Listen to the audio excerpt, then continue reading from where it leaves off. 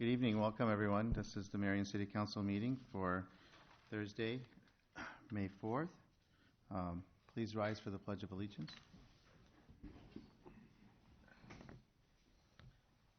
I pledge allegiance to the flag of the United States of America and to the republic for which it stands, one nation, under God, indivisible, with liberty and justice for all.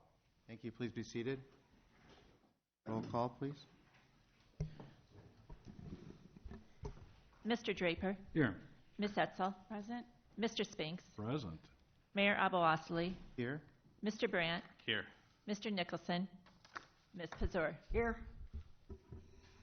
Thank you. At this time, we have our moment of silence.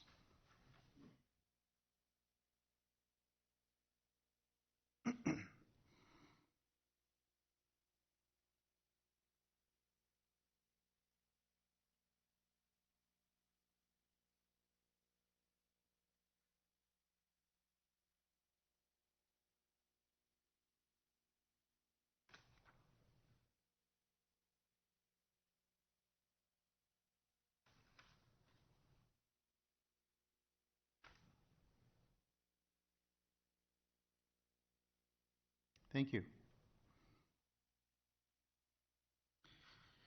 Okay.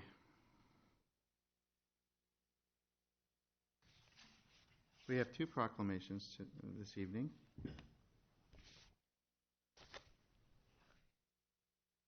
Is there anyone here for the Bike to Work Week? I think I'll just read them from up here. So, we have a proclamation for Bike to Work Week. Whereas for more than a century, the bicycle has been a utilitarian, economical, environmentally sound, and effective means of personal transportation, recreation, and fitness. And whereas the city of Marion, Iowa encourages the use of bicycles as a means of transportation, and whereas the city of Marion, Iowa recognizes the bicycle as a legitimate roadway vehicle and therefore is entitled to legal and responsible use of public roadways in Iowa except highways constructed to interstate standards. And whereas the city of Marion, Iowa encourages the increased use of the bicycle, benefiting all citizens of Marion by improving air quality, reducing traffic congestion and noise, decreasing the use of and dependence upon finite energy sources, and fostering exercise. And whereas the city of Marion recognizes the use of bicycles as a viable mode of transportation, endeavors to promote safe and responsible bicycling, and is committed to incorporating the development of bicycle facilities as identified in the Master Trails Plan. And whereas the League of American Bicyclists has established May as National Bicycle Month.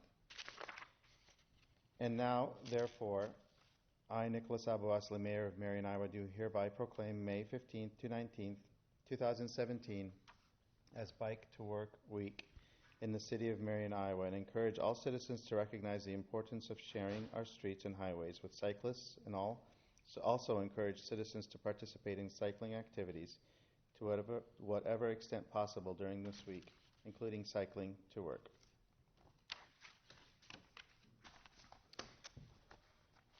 And we have another proclamation for National Day of Reason.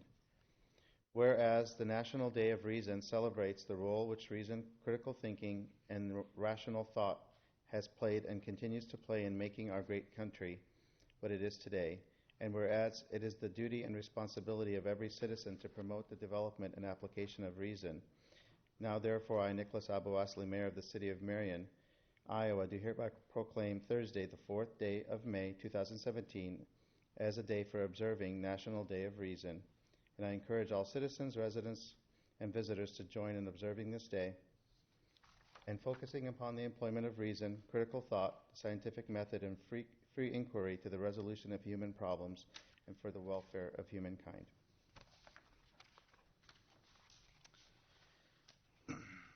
Okay?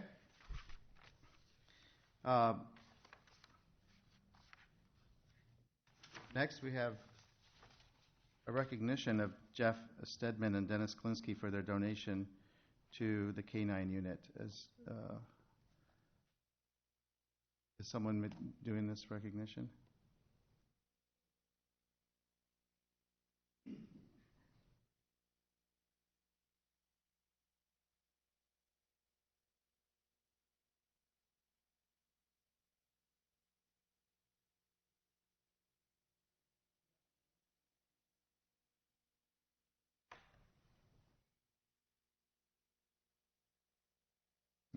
Okay. I assume they were supposed to be here, but regardless, just let everyone know, Jeff Stedman and Dennis Klinsky, they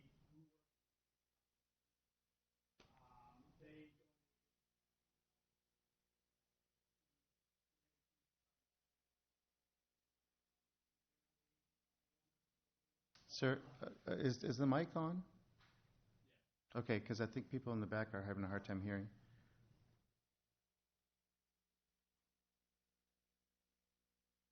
I'm sorry to interrupt you. No, you're fine. I want to make sure everyone hears this. There we go. Can everybody hear me now? I think that's much better. Yes.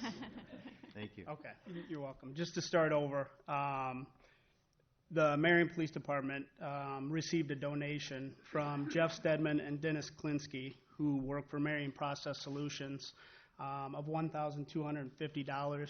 Mr. Stedman and Mr. Klinsky wished for the money to go to the K-9 fund with our police department.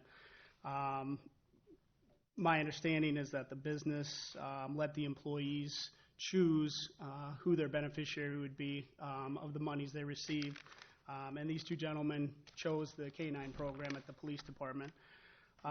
We just wanted to recognize them tonight because we realize that, you know, there's many organizations that would have been worthy of their donations, but we are humbled and we wanted to express our gratitude to these two gentlemen for supporting our K-9 program with their generous gift. We're very appreciative. I wish they were here tonight, but again, I still wanted to recognize them. So. Well, thank you for sharing that with us, and we are grateful for their donation. It's very nice of them, and I will personally send them a note. Okay. Thank you. Yeah. Thank you.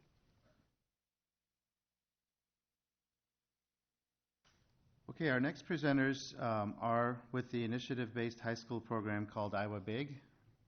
These three students, Caleb Cook, Riley Rinkenberger, and Brady Pinter, along with their teacher, Mark Matson, will be presenting their proposal in conjunction with Martin Gardner Architecture for the former railroad bridges over Marion Boulevard at Indian Creek associated with the Seymour Trail project. So are you ready? Please come forward. Thanks. Hopefully this works. Welcome. Thank you. Please state your names and your addresses. I think we need that for the minutes. My name is Mark Matson. I live at 429 Sunset Drive in Fairfax.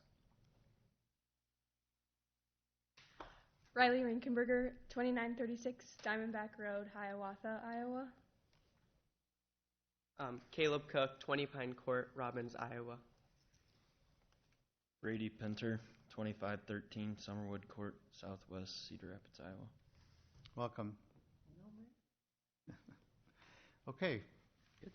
Please proceed. Okay, like the mayor said, we are with the high school called Iowa Big. So if anybody in here is not familiar with Iowa Big, it's an initiative-based high school where the community is our curriculum. So the students that come to us typically part-time during the day after they attend their traditional high school, and they work on real-world projects with experts that are in the field. We feel that this is the best way to get students engaged in the community, learn about their communities, and also at some point in time hopefully keep them in their communities. So I don't want to waste your time. I would think you'd rather listen to my students talk, so I'm going to turn this over to them and let them do the rest. Hi, all. Is there a clicker right here? Sorry.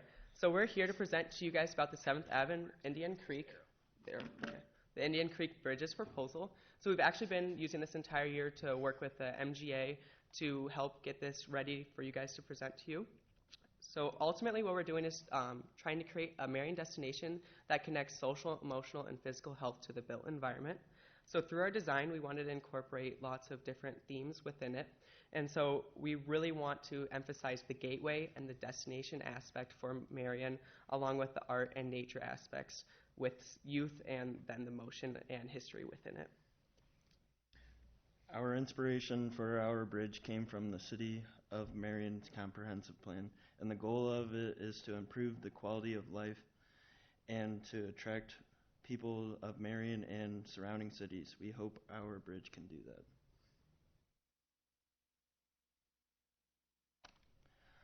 Our bridge will help expand the parks.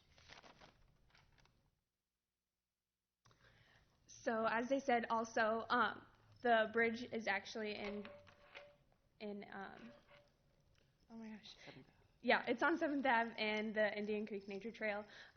As you can see up on the screen, there's a gap within all of the trails within Iowa, and this bridge is going to help connect all of the other nature bridge biking trails all together.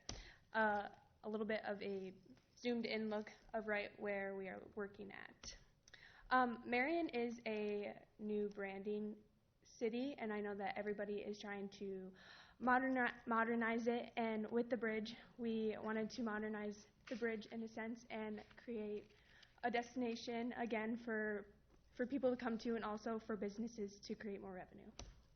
So within this central corridor plan, we want to help you guys with that by making a highly visible front door. And so with the creation of our bridge, we'll be able to do that and allow Marion to have this highly visible front door. And then we also want to play in part with the blue zones, so pretty much just environmental and socially healthy behaviors with the creation of a bridge. The location, again, like I said, is on the 7th Avenue road, also on the Indian Creek Nature Trail. Some views from the 7th Avenue, you have Uptown, Marion, along with the car dealerships and the shopping centers right by it, so that's super awesome to just create that destination for those places around it. And then again, the Indian Creek Nature Trail with all of its nature aspects that we love. So as you guys can see here, and of course you guys obviously know this, Marion is very diverse in its different areas. It has multiple different businesses along with green area and residential. So with the creation of our bridge, we'd like to highlight the green area to emphasize and make it a more of cohesive design with the residential, green area, and business area within it.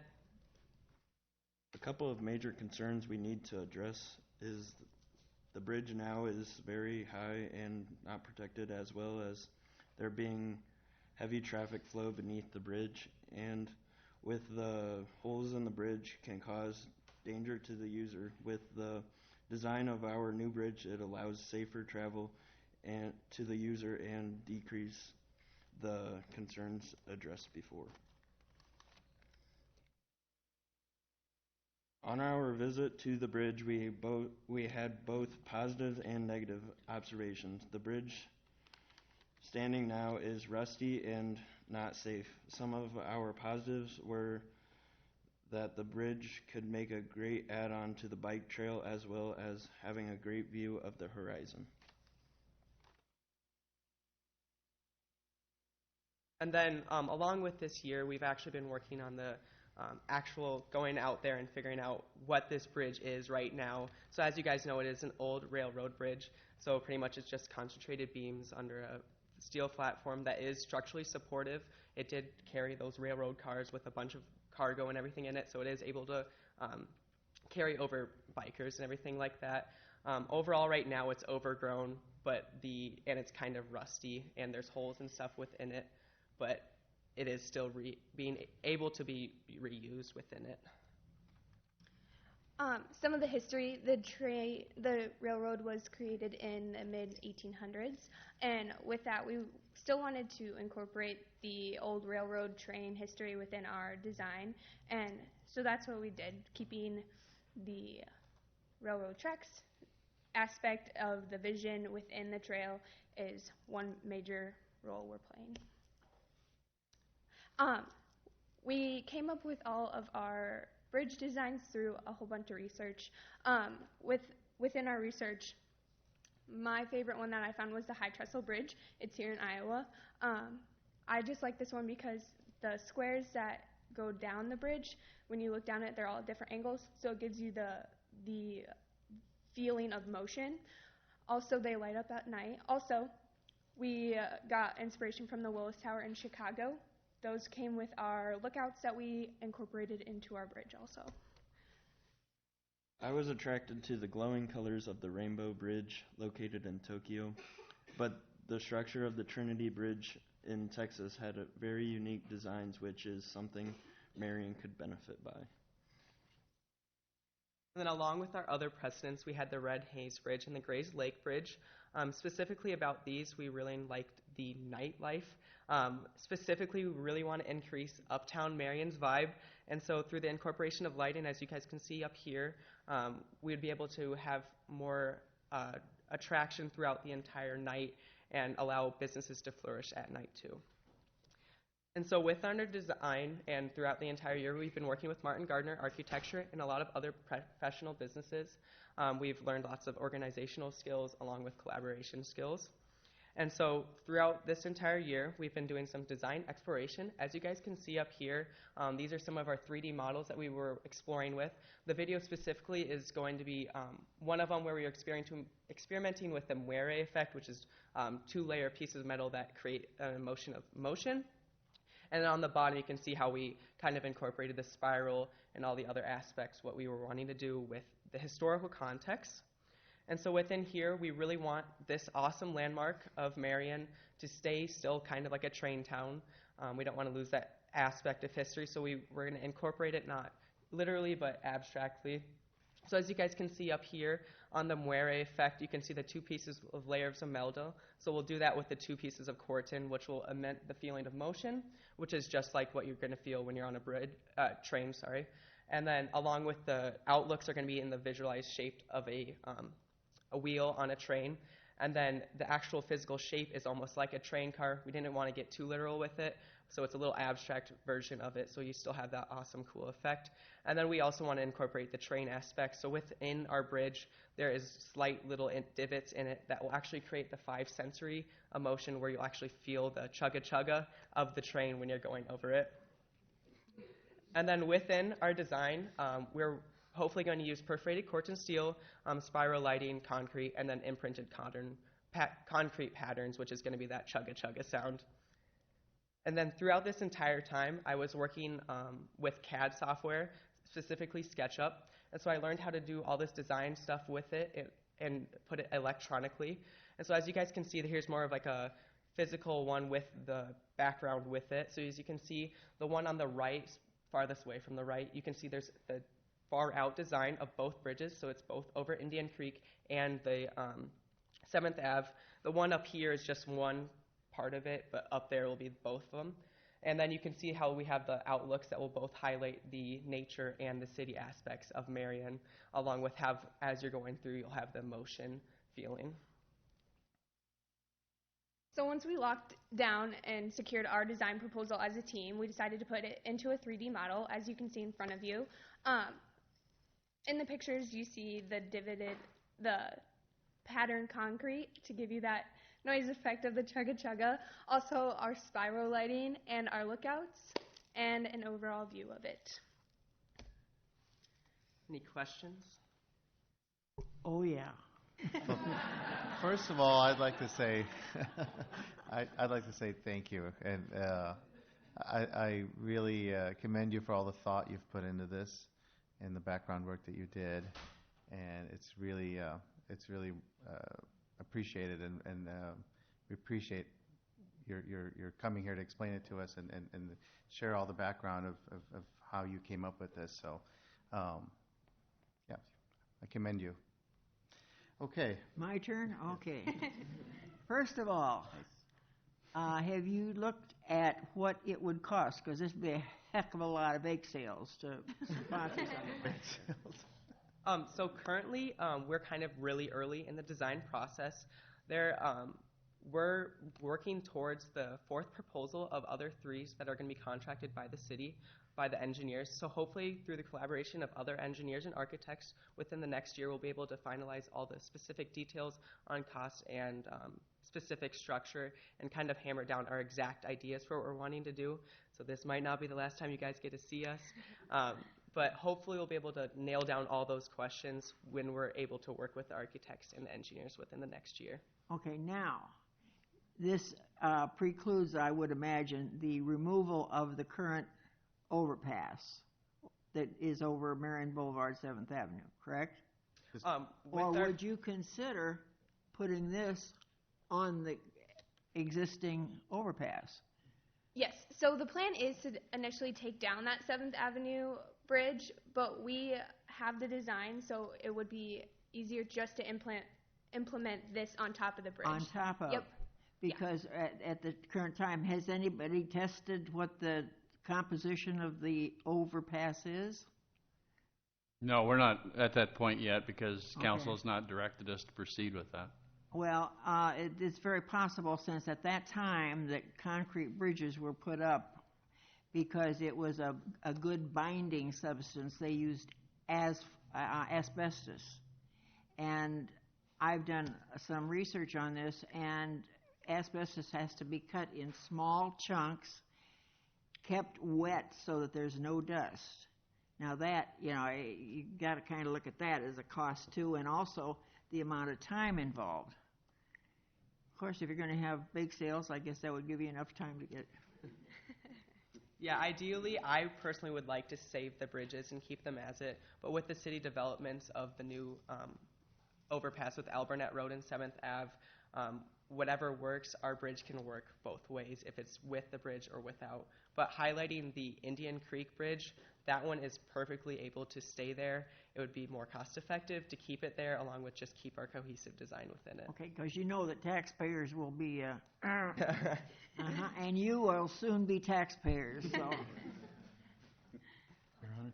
Yes, sir. I'd like to congratulate you guys for working hard. I'm one who believes we look to the past for the future, and I'm particularly pleased that you mentioned our railroad history, because that's of great importance to me and a few others. And so I think you've done your research, and congratulations. I like it. Thank you. Yeah, I think it's shaped like a high-speed train. That's what we're going for. Any other? Yeah, I would also like to thank you guys for, getting involved in this big program. I'll say a little something about that. We heard about this like 2 years ago, and so now you're seeing people involved in it and actually bringing forward projects. So I think this is a huge step forward, and it's one thing that our Medco group is actually put money in to support. And so this is why they saw it as such a good program for the schools. And so, you guys are the results of it. And so congratulations for this. Well done. Thank you. I think this is really impressive, and it shows the possibility of you guys who are all under 20, I hope, although none of you are from Marion. One of them was a Linmar. You were Linmar, right? I'm with Linmar, but Robbins, but we can say Yeah, Marion. Robbins and the head guy is Fairfax, and you're Hiawatha, Yep. and you're Cedar Rapids. So, but it shows that the area is progressive, and I laud you guys because it's good. It's good. Your Honor, I'd just like to add that I thought it was timely that they came forward with this as we talked about possible demolition of the bridge that's there now. One of the comments we received from council was, what is the potential of what that bridge could be replaced with? And as you've been told, this is one of 4 that you will receive. Probably the other 3 won't come for probably 8 to 12 months from now, but at least you get an idea as we move forward with proposing the demolition of that bridge that there is potential out there to stay with the railroad theme, but still modernize it to meet everybody's needs. So, Okay, Councilman. I wanted to say one other thing. Kyle, are you still here? Oh, he took off. Congratulate Martin Garden for supporting you guys as well. So that's the community involvement it takes to. Is he back there? Bethany is back here. She was with us. Oh. Yeah, so thank you all for doing this. That's what it takes as local businesses to pick up and help these young folks learn. And this is exactly what it takes to learn, is get your hands on it. Okay. No further questions? Thank you guys so much. Yeah, thank you. Thank you. Thank you.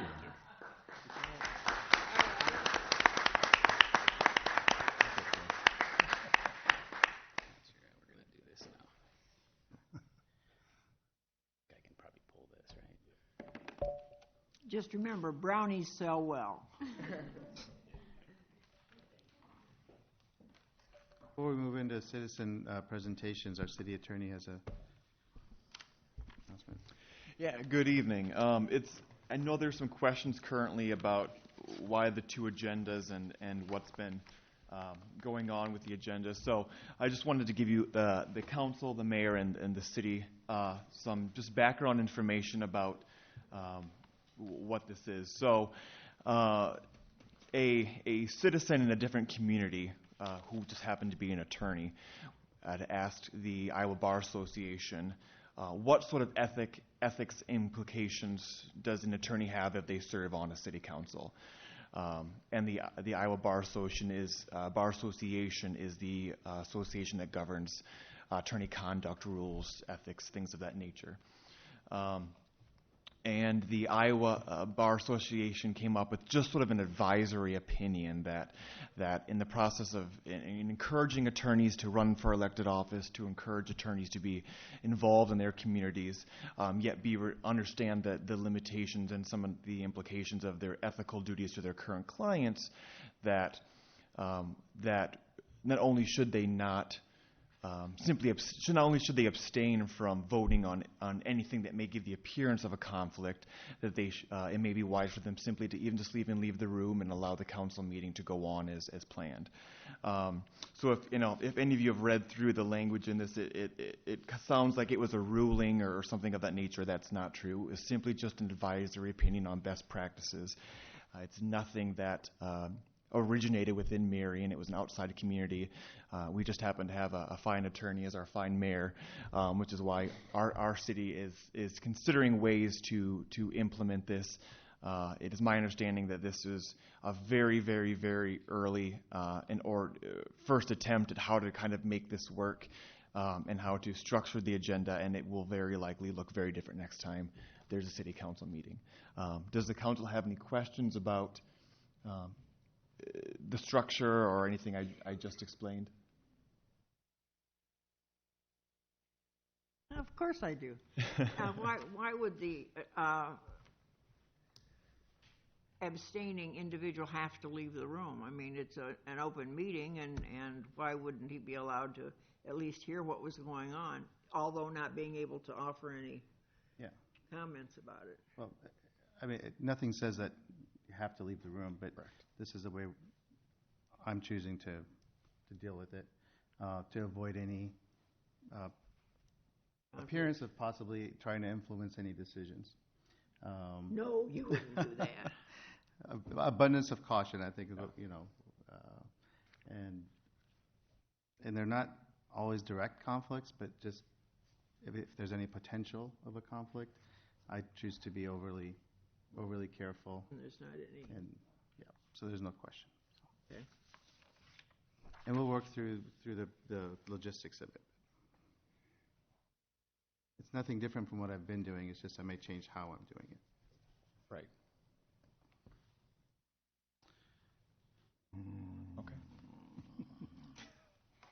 Okay. On to citizen comments and presentations.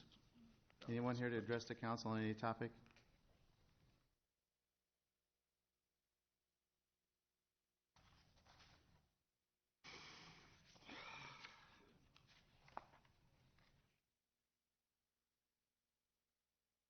Last call. Anyone here to address the council? Okay. Seeing none, we'll move on to the consent calendar. You want my consent calendar? Or Yes, ma'am. So. Okay, consent calendar, items 1 through, ad infinitum, 1 through 27, including resolution number 25972 up to and including 25995. I would like to remove item number 4 from this for future discussion. Okay. Second? Okay, it's been moved and seconded to approve the consent calendar as presented, items numbers 1 through 27, including resolution. Well, not omitting resolution 25972. Right. Removing 25972 for separate consideration, but including 25973 through 25995. Correct? Yes. Okay. Any discussion?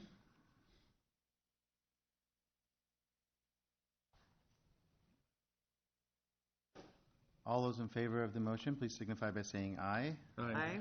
All those opposed, please say no. Motion passes. Okay, Resolution 25972 is approving the transfer of funds within the fiscal year of $41,215 from capital projects to urban forest fund. Councilwoman, do we need to place the matter on the table for consideration before we can discuss it, right? Does someone need to make a motion? I was going to read that and then. Okay. It appeared like you were going into discussion before we actually have a motion and a second. Okay. Yeah. All right. Then proceed. Well, I don't approve of this. That's the problem. Okay. Will someone else make the motion so that we can discuss it? Okay. Your Honor, I make a motion for Resolution 25972, approving the transfer of funds within the fiscal year 2016-2017 budget. It's authorized to transfer of $41,215 from the Capital Projects Fund to the Urban Forest Fund for the purchase of a wood chipper. Second. Second. Okay, so moved by Councilman Spinks and seconded by Councilman Brandt to approve resolution number 25972, approving the transfer of funds within the fiscal year 2016-17 budget, transferring $41,215 from the Capital Projects Fund to the Urban Forest Fund for the purchase of a wood chipper. Now, please proceed with your... Thank you. I would imagine that this would be a far better expenditure from the Urban Forest Fund by itself. I don't know how much is in that fund. For some reason, we don't know what the water runoff and the Urban Forest Fund and all this, we don't know how much are in those accounts. And I really think that since this is about trees, wood, whatever, that the Urban Forest Fund should pay for this instead of capital projects.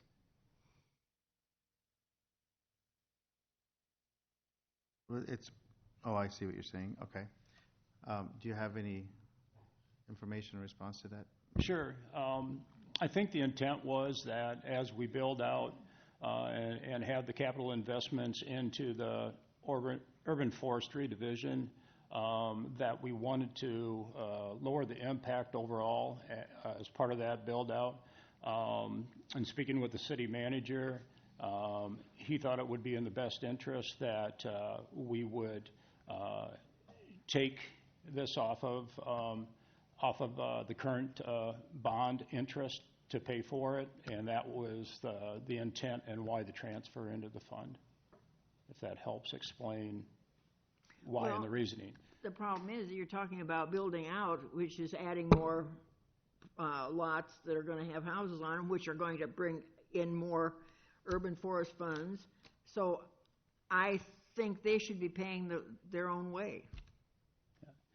And again, the whole intent and the reasoning was to lower the impact of the overall fund, looking at down the road that eventually we will be looking at the mass removal ash trees with the build out of staff within that urban forest utility also, that we just wanted to be careful as far as what those expenditures were.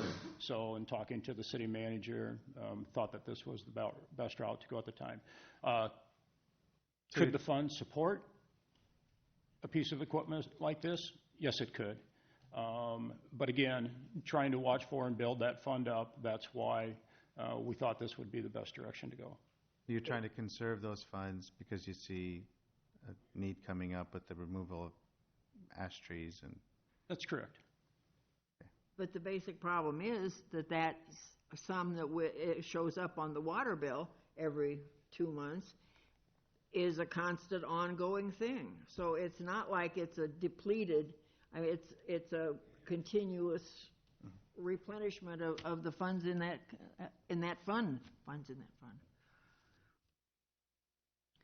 So I would like...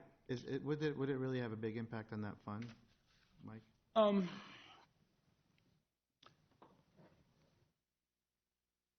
a minimal impact to it overall. Again, with the build-out of the new personnel within that division and with the equipment that we're purchasing to support that division. We also have the forestry bucket truck that's on ordered also, which we basically are doing that purchase the same way versus the impact to the utility for that also. So it was just, trying to protect that fund and let that grow a little bit for that future need. How was it budgeted? What's that? How was it budgeted? Was it budgeted as a urban forestry fund expense or a? I can answer that if you'd like. Sure. We actually had initially budgeted that, a long time ago, back when we did the budget for fiscal year 17 initially in the Urban Forest Fund. Mm-hmm. Then when we did several meetings regarding the capital improvement program, council had decided as a group that it would come out of capital projects. So what I was doing was, it is an urban forest asset, so we did purchase it out of the Urban Forest Fund, but then we needed to administratively do a transfer out of the capital projects fund into the Urban Forest Fund to match the funds.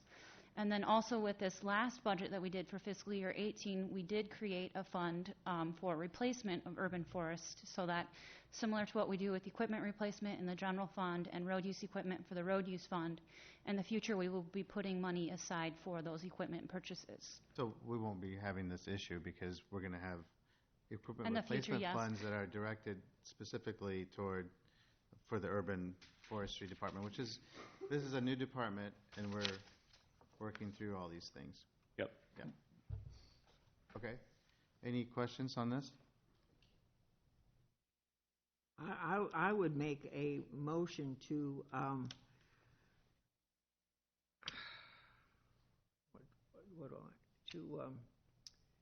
anyway, change it that, not accept this motion, that's all. Because it's just an addition to capital projects, which goes on and on and on, where this urban forest fund is a renewal fund every 2 months. And the more people you get, the more money you have in the thing, and it's not saving for a rainy day. If I may speak a little bit more on the topic. Yeah. This fund actually does have a balance. Like Mike said, it wouldn't be hurting necessarily to take it out of the balance. It does at the end of April have $491,258.91 from this April 30th. However, the receipts that went into that account were $32,350.32, and the expenses that came out were $64,924.85. So if you take off approximately $40,000 for that piece of equipment, you're bringing in 32 and taking out 25 approximately in a month. So there's a gain of 10. But the next time you get money in, it'll be the 32,000 again, right? Yes, I mean, there's still a net gain going on right now, but Mike is still building the department out, and this equipment will need maintenance. When we get the hook lift bucket truck going, that will need maintenance, so. And did you say we've already made this decision? You had made this decision already in the improvement of the capital improvement program. Who can figure out the budget? I can't. And I've already received a few comments about this, that if it's going to be, it should come from the Urban Forest Fund, since that's who's going to be benefiting. Any other thoughts on this? Call the question, Your Honor. Yes. Pardon? Call the question. Okay, so the question's been called. I think we have to vote on that. All those in favor of ceasing discussion and moving to vote, please signify by saying aye. Aye. Aye. All those opposed, please say no. No. We have 1 no. The motion passes, so now we proceed to vote on the motion. The motion on the floor is approving resolution number 25972, approving the transfer of funds within the fiscal year 2016-17 budget, transferring $41,215 from the Capital Projects Fund to the Urban Forest Fund for the purchase of a wood chipper. Okay, all those in favor of the motion, please signify by saying aye. Aye. Aye. All those opposed, please say no. No. We have one no, and the motion passes. Yes, Your Honor, Okay, under public. before- Go ahead, I'm sorry. Before we move on to the regular agenda, item G5 needs to be moved to the end of the meeting. Okay?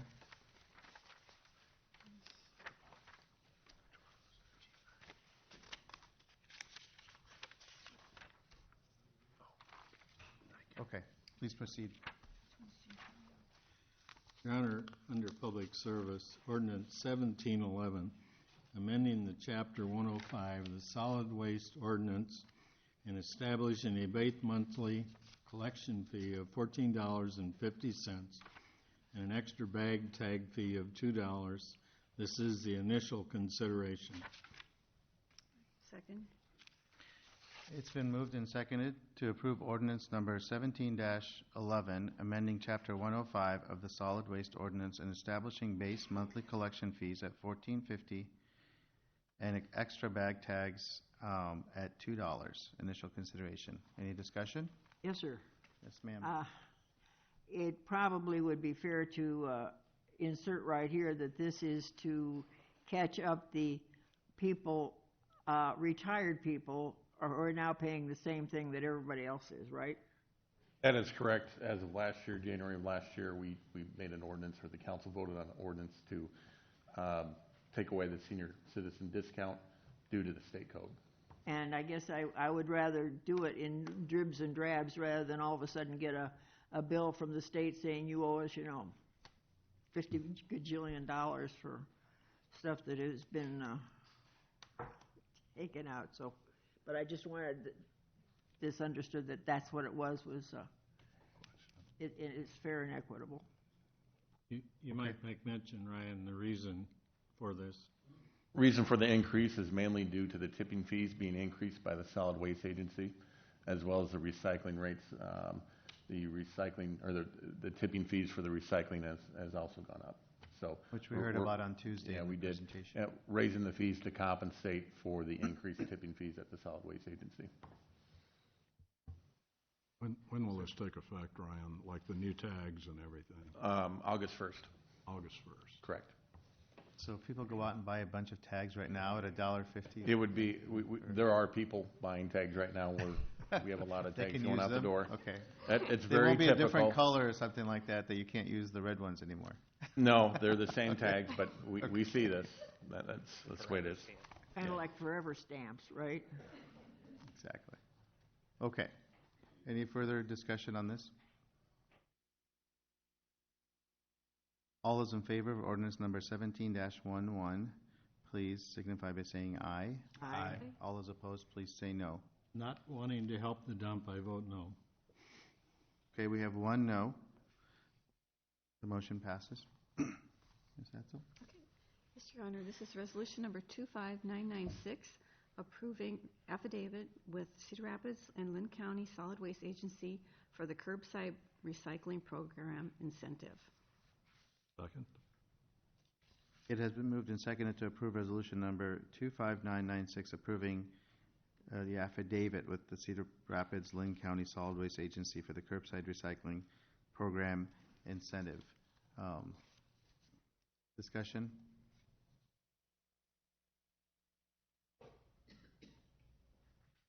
Does someone want to briefly just say what this is so that The Solid Waste Agency, in order to mitigate the costs for recycling, the tipping fees for recycling, they are offering communities a credit. Marion's credit this year will be just over $66,000. That's utilized to lower the tipping fees for single stream recycling. The charges out at the agency right now are $65 a ton to dump recycling. With the approved affidavit, we will get a credit, which will bring our tipping fees down to $34.50. Yep. I just wanted that for the benefit of people to understand what it's about. So thank you. Any further discussion? All those in favor of resolution number 25996 signify by saying aye. Aye. Aye. All those opposed, please say no. Motion passes. At this time, we have a public hearing regarding a 5-year lease extension with Barry Road Tower regarding the Lynn County-wide radio system. The public hearing is now open. Is there anyone here today to speak in favor of this lease extension? Or does somebody want to make a brief presentation on it first, or?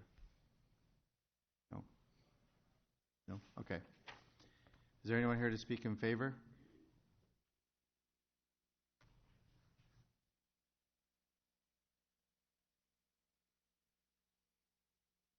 Okay. Is there anyone here to speak against this lease extension?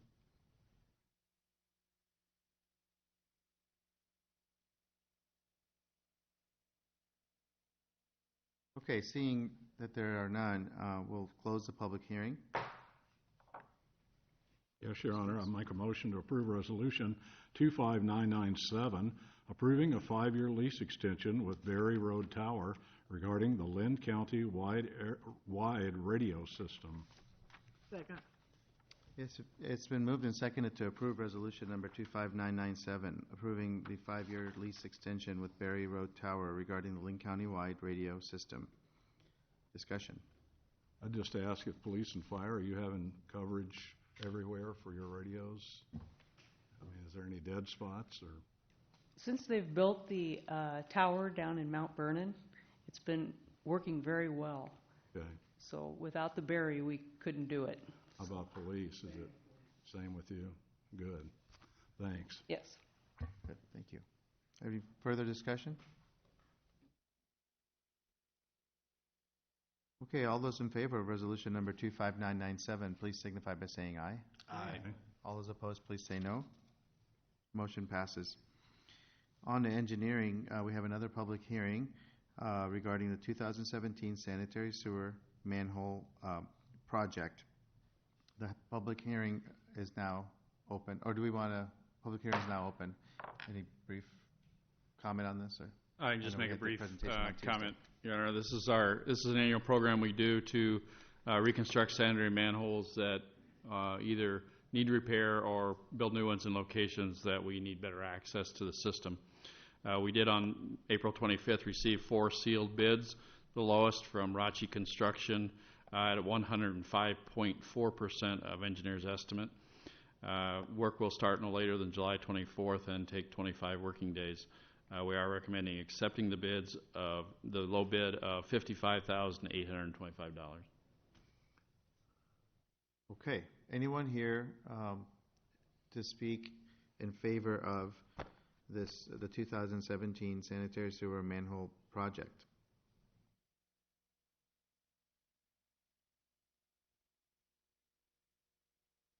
Anyone here to speak against the project?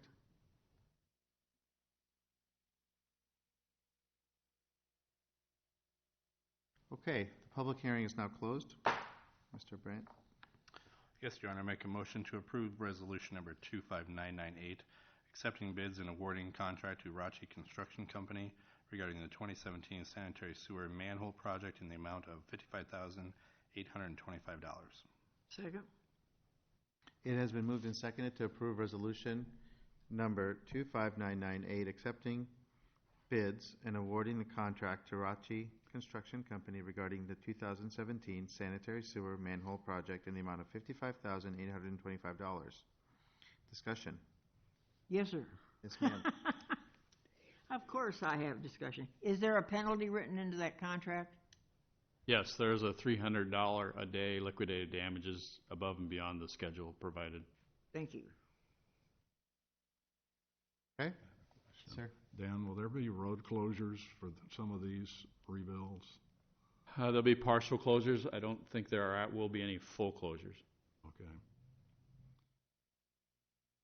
We'll notify the public if we do have that, though. How long is that expected to last? Is it throughout? We're expecting 25 working days, 25 so days. approximately 5 weeks. Okay. Other questions or comments? Discussion on this? Okay. All those in favor of resolution number 25998, please signify by saying aye. Aye. All those opposed, please say no.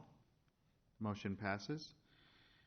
This time we have another public hearing regarding the 2017 sanitary sewer slip lining project. The public hearing is now open. Your Honor, this is another annual program that we do to line existing sanitary sewers, which provides for us not to have to dig them up and disrupt traffic. We do this year have proposed slip lining about 5,000, 6,000 lineal feet of pipe in 18 locations. We did receive 4 sealed bids on April 25th as well. The low bid was at 71.7% of the engineer's estimate from Municipal Pipe Tool Company, LLC, at an amount of $174,720.15. We are recommending acceptance of that bid. And did this include? Oh, I'll save that question until after the public hearing. The public hearing is now in process. So, is there anyone here to speak for this project?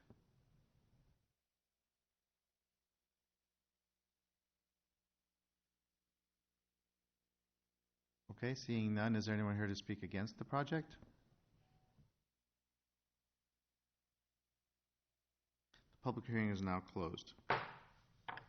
Your Honor, I move to approve Resolution 25999, accepting bids and awarding contract to Municipal Pipe Tool Company, LLC, regarding the 2017 sanitary sewer slip lining project in the amount of the $174,720.15. Second. Okay, it's been moved and seconded to approve resolution number 25999, accepting bids and awarding contract to Municipal Pipe Tool Company, LLC, regarding 2017 sanitary sewer slip lining project in the amount of $174,720.15. Did you say on Tuesday, or maybe I misheard it, that you wanted to do more than you had anticipated because it came in under budget? Yeah, we currently budget about $300,000 for slip lining and sanitary manhole repairs. The amount that is left over from that $300,000, we would like to come back for a change order. We'll negotiate with the contractor at the current unit prices that he bid and see if they will do extra work, probably at 2 or 3 more locations. We'll do that at the next meeting, asking for that change order. So that's to come in the future? But yes. Okay. We have to award the contract first before we can negotiate any future work. Okay. So we'll be able to get more done than we anticipated. Yes. That's good. Okay. Penalties? Questions? Penalties built in?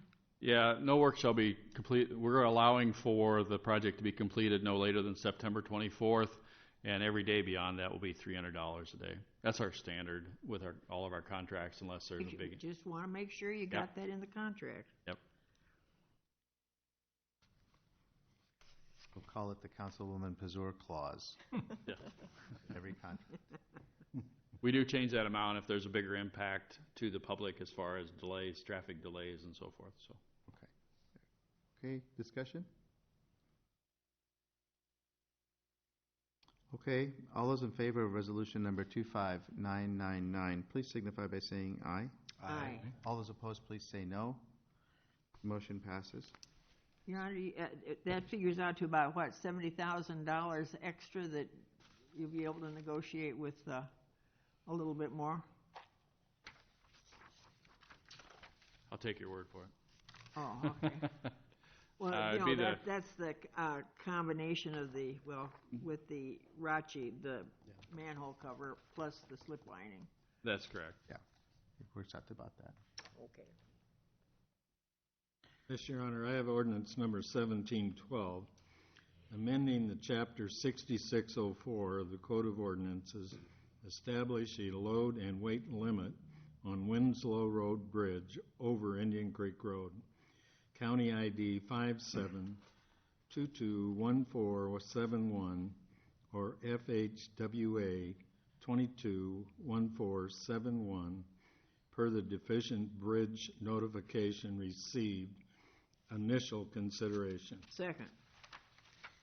Okay, it's been moved and seconded to approve ordinance number 17-12, amending Chapter 66.04 of the Code of Ordinances, establishing load and weight limits on the Winslow Road Bridge over Indian Creek.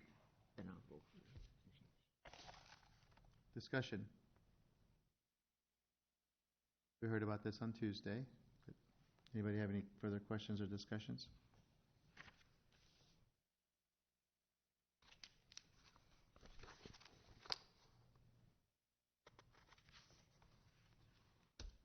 Yeah.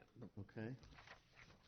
I mean, it's not like the bridge is going to collapse and thousands of people will be killed underneath, you know.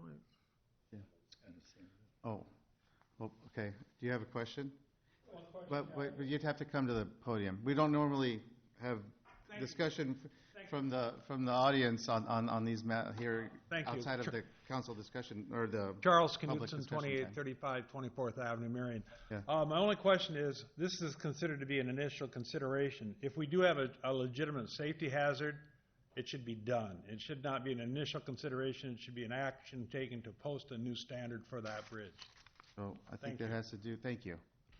Maybe the city attorney can tell us about, Well, or Dan. just in response, we have already done this by resolution. We did an emergency embargo weight limit back in January, I think it was. So we are just cleaning up, this is just a formality to make it an ordinance so that it stays on our code permanently. So. There is something posted? Yes. Yes.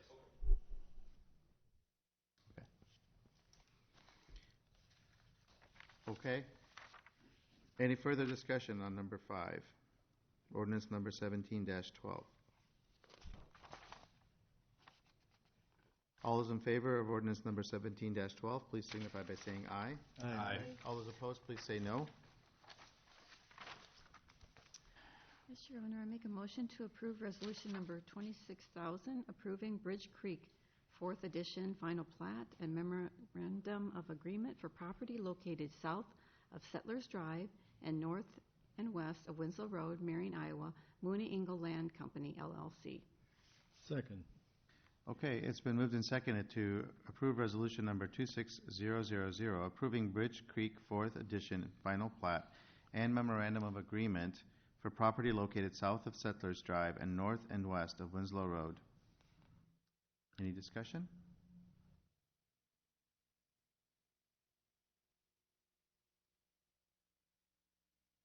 Your Honor, you know something? Several years ago, a long time ago, I had suggested that for every new final plat that is brought in exceeding 12 lots, that a certain amount of land, which would be probably the equivalent of 1 lot, be dedicated as a park, a neighborhood park. And it didn't really go anywhere at that time, but after seeing what all's going on and the areas that are minus any kind of playground for kids, and most of these houses are young families, that maybe that should be considered or brought up again. Don't you shake your head, Mike. Well, there's state law on this, and I suppose maybe at the next meeting we can have the city attorney tell us what. Yeah, I need to research that first, but we can get back to you by next council meeting on that. There's case law on how far a city can go to require those kinds of things. Well, it just seems, you could make it 25 lots, but so that you're talking about new developments? Well, I'll tell you what the problem is. When there was a past developer in town, and he would hand his plats in, and there would be a lot for public park. And then you'd go drive by that address, and there's a house. So that's why, to be out in the public, that's why. Of course, many of the newer houses have parks in their backyards practically. They have big yards, and but I like that idea. We have to see how far a city can go in requiring that. Any further discussion on this?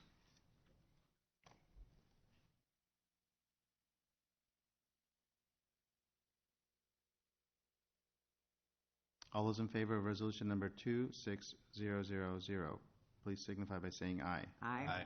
All those opposed, please say no. The motion passes. At this time, we have another public hearing regarding an encroachment easement for former railroad right-of-way south of 271 7th Avenue.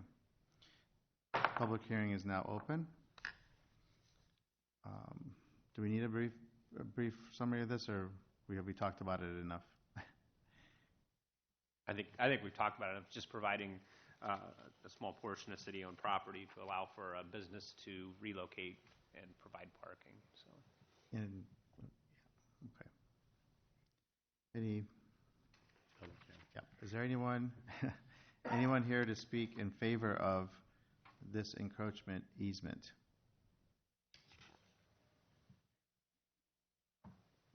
Please come forward, state your name and address.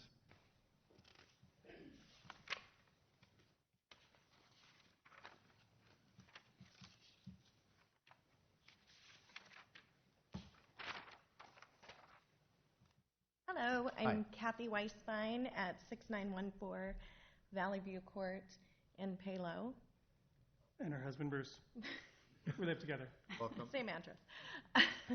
We are, there's been a new purchase at the building that we're at, so we're being displaced and relocated, so we're looking at purchasing a building. And with the city requirements for parking for a chiropractic office, we need a little bit more space for parking. Who's the chiropractor?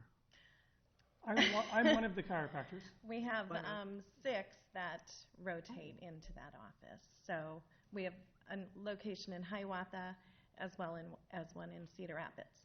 And we would like to keep our location in Marion as well. One of our chiropractors is a lifetime resident of Marion, Travis Robertson. Okay. And he especially wants us to be able to continue to practice in Marion. So we are being displaced. Our business is being displaced because the building was purchased by the owner of Anytime Fitness, who is also being displaced because of the, I assume, demolition of the property that they are in currently. So it's a trickle-down effect, and so we found a suitable property. We just need to accommodate the parking. Okay. Any further? I'm sorry. Anything else you want to add? That's okay. Pretty much sums it Thank up. you. Anyone else here to speak in favor?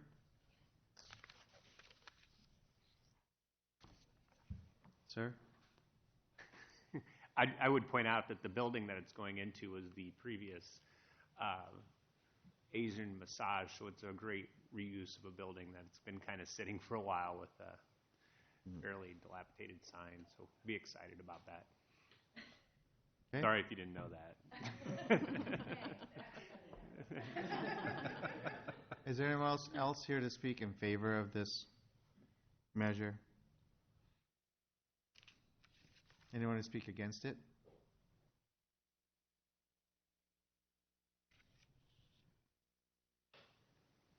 Okay, seeing that there's none, we'll close the public hearing.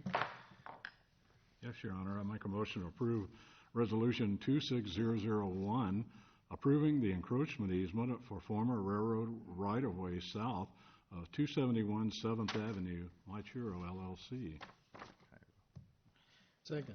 Okay, all those in favor of resolution number 26001, approving the encroachment easement for former railroad right-of-way with My Cairo, LLC. Sorry about that. Please signify by saying aye. Aye. All those opposed, please say no. Okay, the motion passes. Your Honor, I move to direct staff to proceed with an amendment to Tower Terrace Road C3 zoning district regulations. Second. Okay, it's been moved and seconded to direct staff to proceed with an amendment to Tower Terrace Road C3 zoning district regulations. Discussion.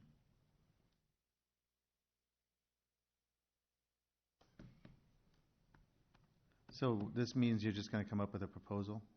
That's correct. So staff will take a look at this.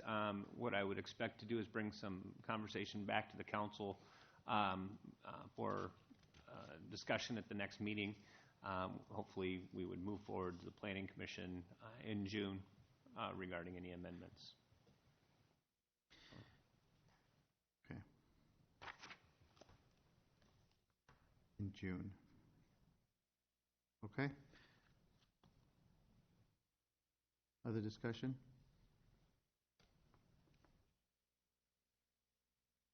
All those in favor of the motion, please signify by saying aye. Aye. All those opposed, please say no. Motion passes. The next one is Num- to the end. Number 6, 6. Mr. Draper? Skip 5. 6, Yes. motion directing staff to proceed with the 7th Avenue Commercial Edition primary plat. Second. It's been moved and seconded to direct staff to proceed with the 7th Avenue Commercial Edition preliminary plat. Any discussion? What is this? Where is this? What is it going to entail? Okay, so we had the explanation on Tuesday, but maybe you can give us a little recap.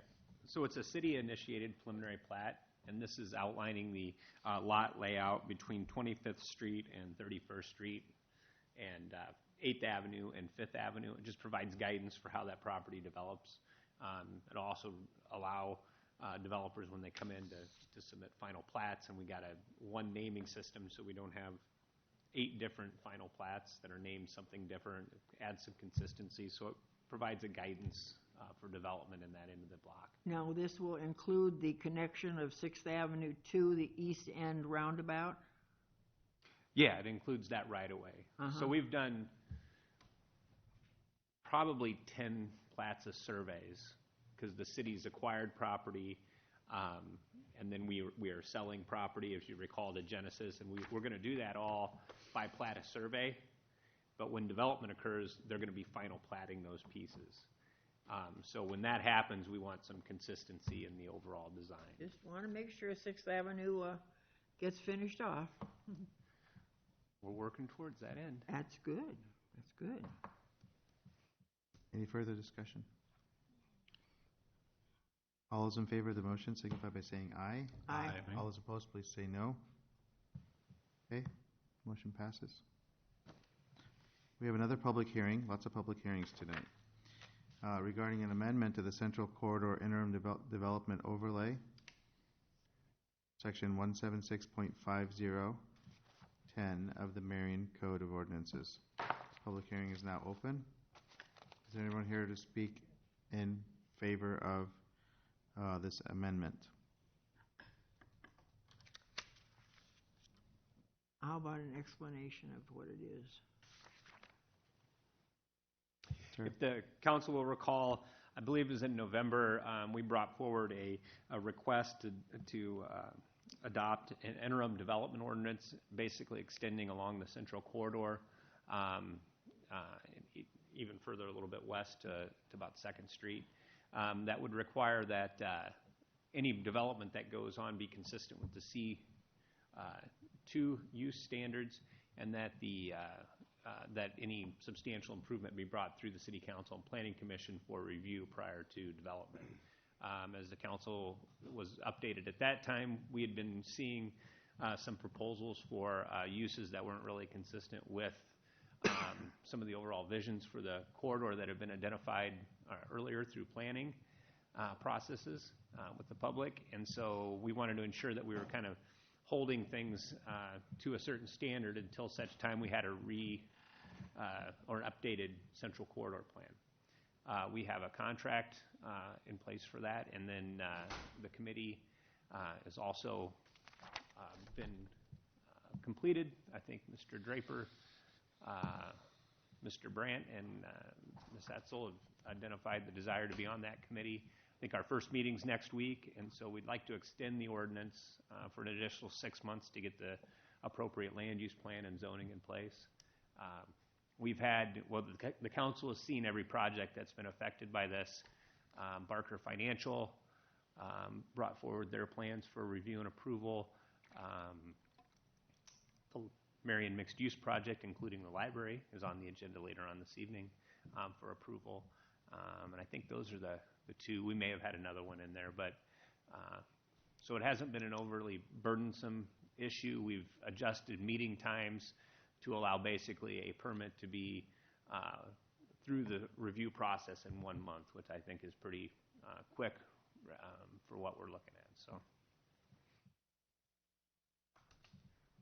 any questions other than that?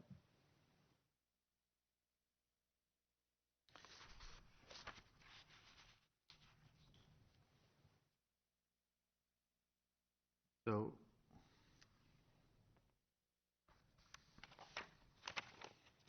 we're still in the public hearing portion. Anyone here to speak in favor of this measure?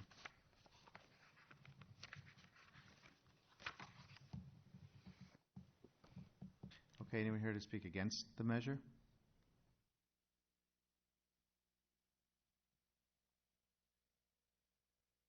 Public hearing is not closed. That's all.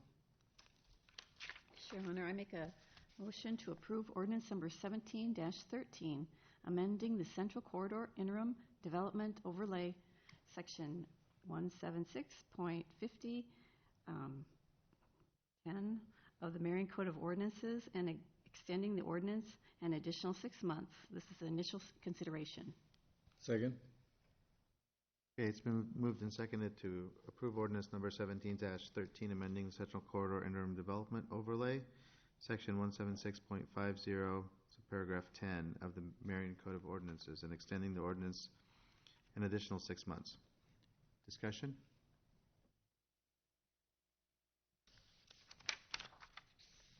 None? All those in favor of the motion, please signify by saying aye. Aye. All those opposed, please say no. The motion passes. Your Honor. Yes, sir. This on Tuesday, I had explained that the way that the ordinance was extended, it was for a 6-month period of time, and that 6 month is the day before the next city council meeting. And so I had talked about the idea of either waiving the 2 additional readings or holding the second reading for consideration and waiving the third at the next work session. I leave that up to the council if that's either way. But that's what, I guess, from a staff perspective, we'd like to see one of those 2 things happen to ensure that we get this adopted in accordance with the actual ordinance. Sir. Your Honor, I move we suspend the rules and move to the second and third consideration of this. Oh, no. I disagree.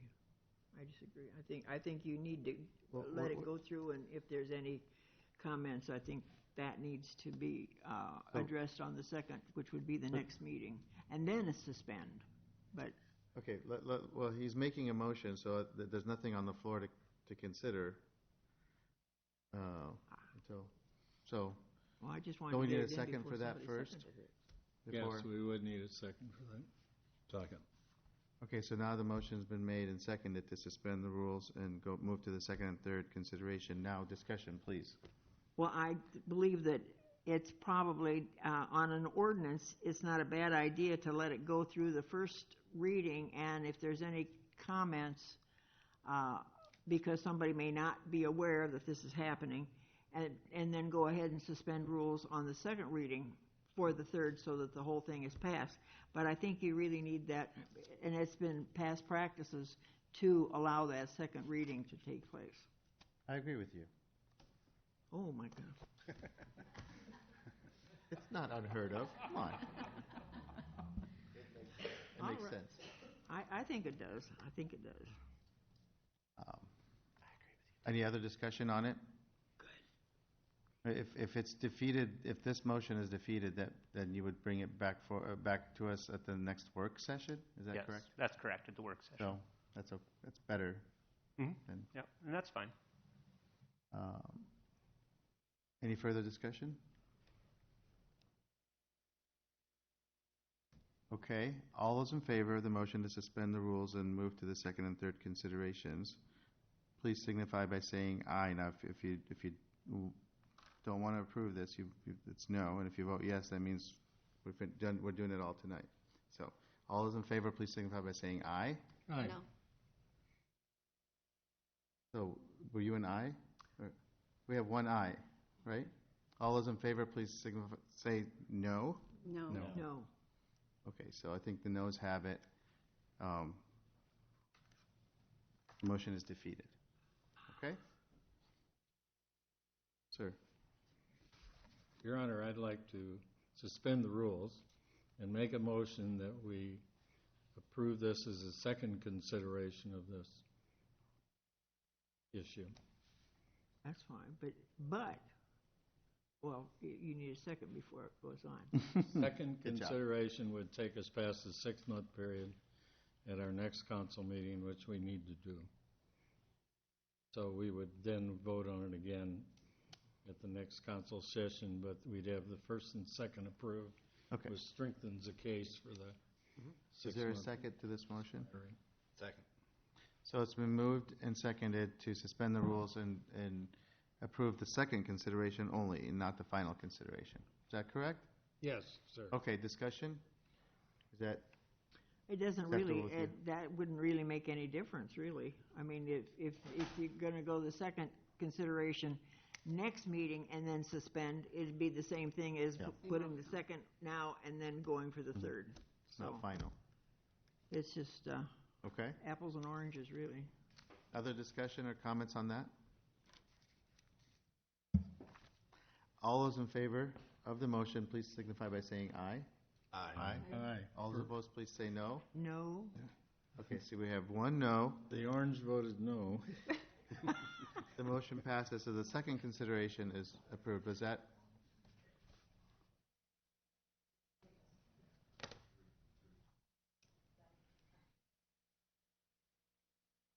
Now, I don't think you can because you don't have enough people, Short one.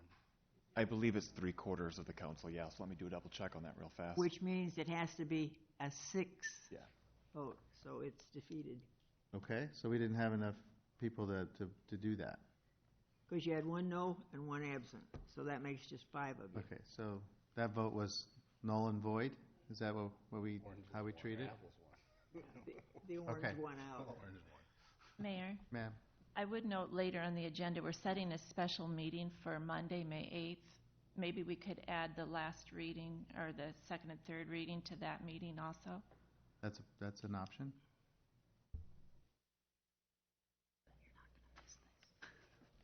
I'd like point of information in that an absentee is not a no vote. Yeah, it is. Well, it's definitely not a, Well, we'll wait for the city attorney to let us know. I go on. Probably should wait. 3/4 is, would be 6. They redid the index, so I do apologize. I have to get used to the new index.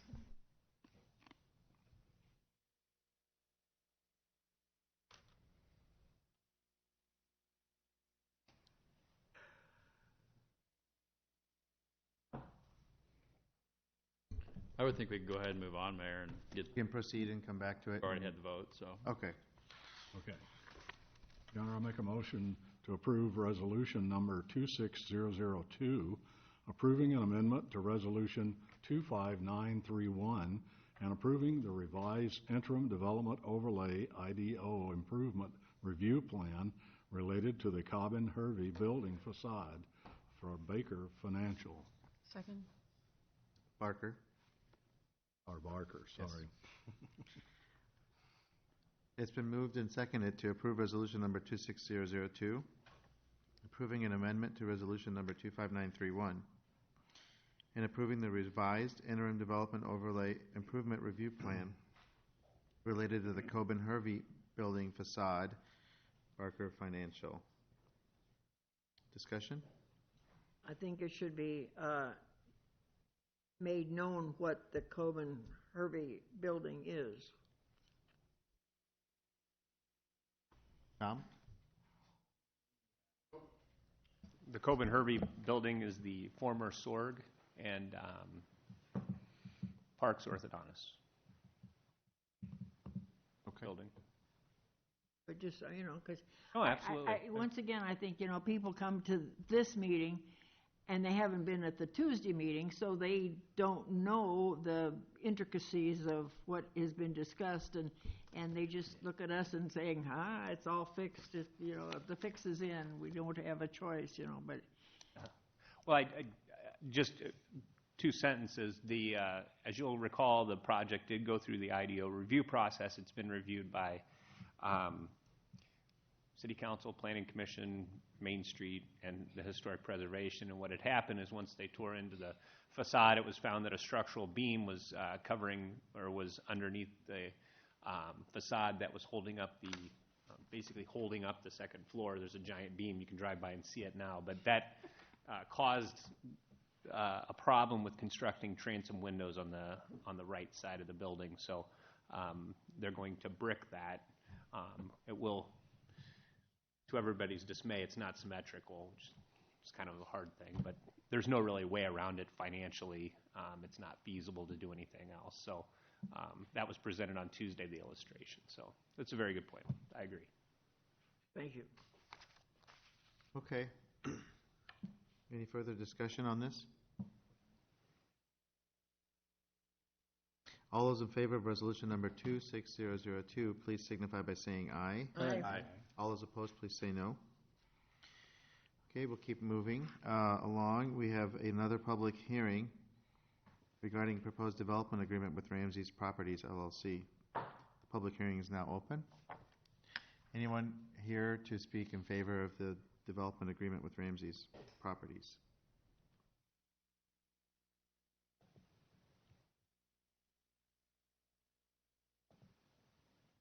Okay? No? Okay. You don't have to. I'm just making sure you don't want to. Okay. Is there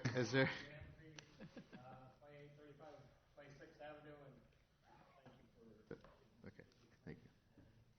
I think he's for it. Anyone here to speak in favor of the development agreement with Ramsey's Properties? Anyone here to speak against the development agreement with Ramsey's Properties?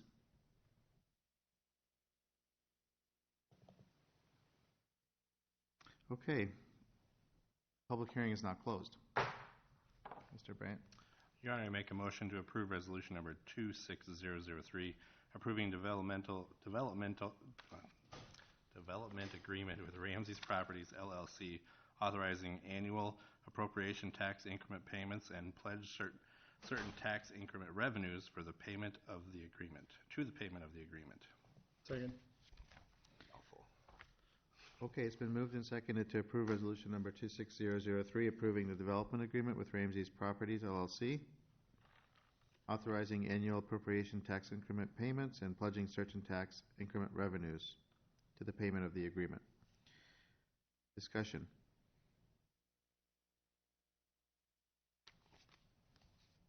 None?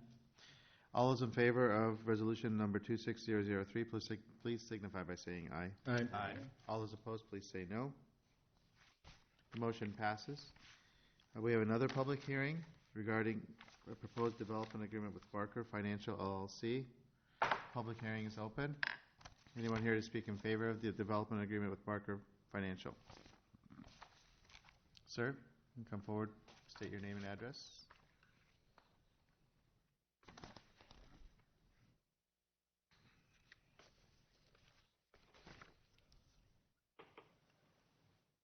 My name is Tom France, 3077 Deerfield Drive in Swisher, and I represent Barker Financial. And I just want to thank the city for their willingness to move this far with us to help us renovate an old historic building in uptown Marion that would not be financially feasible without the joint efforts between the public and private sector. So. Thank you. Anyone else to speak in favor of the development agreement with Barker Financial? Anyone here to speak against the development agreement with Barker Financial?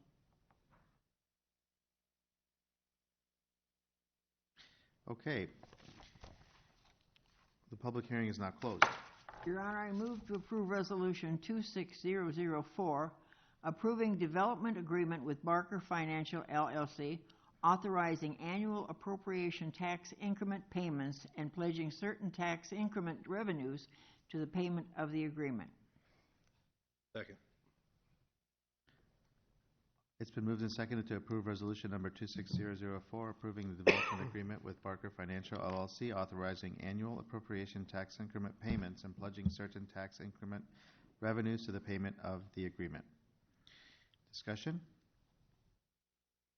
I think it's nice that somebody comes up and says thank you. Yes. And I think it's great that these old buildings are being renovated and restored. It's not just band-aided, but they're being restored and restored well, preserved for a long time to come. So it's a good thing for the city to be involved in. Any further discussion? All those in favor of the resolution number 26004 signify by saying aye. Aye. All those opposed, please say no. Motion passes. Yes, Your Honor, ordinance 1709, providing for the division of tax levied on taxable property of April of 2017, addition to the Central Corridor Urban Renewal Area pursuant to Section 403-19 of the Iowa Code. This is second consideration. Second. It's been moved and seconded. Who seconded? I think Councilwoman Etzel seconded. Okay. Or to approve ordinance number 17-09, providing for the division of taxes levied on taxable property in the April 2017 addition to the Central Corridor Urban Renewal Area. This is the second consideration. Discussion? Okay. All those in favor of the ordinance, please signify by saying aye. Aye. All those opposed, please say no. Your Honor. The motion passes. Yes. Thank you. Yeah. I'm sorry. I move to suspend and place ordinance 17-09 for final consideration. I don't think there have been any adverse comments or anything come in. No, we haven't received any. So this would take one of those public hearings off or ordinances off. Did we have a second? That's how you do it, Paul. Was there a second? Second. Okay. So Councilwoman Etzel seconded. All those in, any discussion on suspending the rules? All those in favor of suspending the rules and approving the second and final considerations of ordinance number 17-09, please say aye. Aye. All those opposed, please say no. Okay, the motion passes. That's all. Your Honor, I make a motion to approve ordinance number 1710 relating to mayor and city council compensation, second consideration. Second. It's been moved and seconded to approve ordinance number 17-10 relating to mayor and city council compensation. Discussion? Your Honor, I am questioning what is the compensation at this point for the city council, because it was the way it was written in our notes and all was there was an index involved, and I think perhaps it would be better to have a flat rate so that it was something consistent month after month rather than maybe drop down a couple percent or at a couple percent. Or adjustments would be annual, and they would be annual based on the consumer index, I think, is what we're talking about. Yeah, so in line with... It would vary from year to year based on inflation. In line with inflation, cost of living index. Okay, did that answer your question? Or well, I just think that it would be better to have a flat rate increase every month. I mean... Every month? No, well, yeah, every month. Flat rate, well, we're not talking about $1,000. It would be adjusted annually based on the consumer index, so you'd have that same flat rate every month for that year. Right, Yeah. but what I'm saying is the city council does not receive insurance. We don't receive gas mileage. we aren't workers' comp, we don't get cell phones, there's all kinds of things. And so with the added number of meetings and the workload, I mean, like the library being manned every Saturday, it's a little bit more taxing as far as time involved. And I would think that just a simple stipend of $10 a month would be $120 a year, which is what it was when I started out in 1970. But I would think that that would be more agreeable than just to say, well, at the end of the year, whatever it'll go up or it'll go down, and you really can't plan on anything. Just my opinion. Other discussion? You're talking about small amounts of money on the index. What, 1.6 or something like that last year? It didn't amount to much. You don't do it for the love of the job, Paul? I would suggest that if that's the case of the council and that's what you wanted, I would suggest adjusting the base salary and then kind of going from there. But you can't. That was what you're proposing. And when does this take effect? July 1, 2018? January 1st, 2018. Yes. January 1st. Okay. Yes. After the next election, so. Right. I'm not we finally involved. got it. Just looking after you guys. Somebody has They're to. on their labor union thing. Well, I don't know that anybody's doing this for the salary. So. I mean, if inflation goes up and gets into the 8% range, as we've seen way back in some of our lives, the raises would be significant. However, currently with the inflation rate as it is now, it is pretty insignificant. I think it makes sense even just as a symbolic gesture that it gets adjusted annually with inflation. But others may feel differently. But this is a second consideration of this, so we've already voted once. Mm-hmm. So, as it stands now, it's the index thing, right?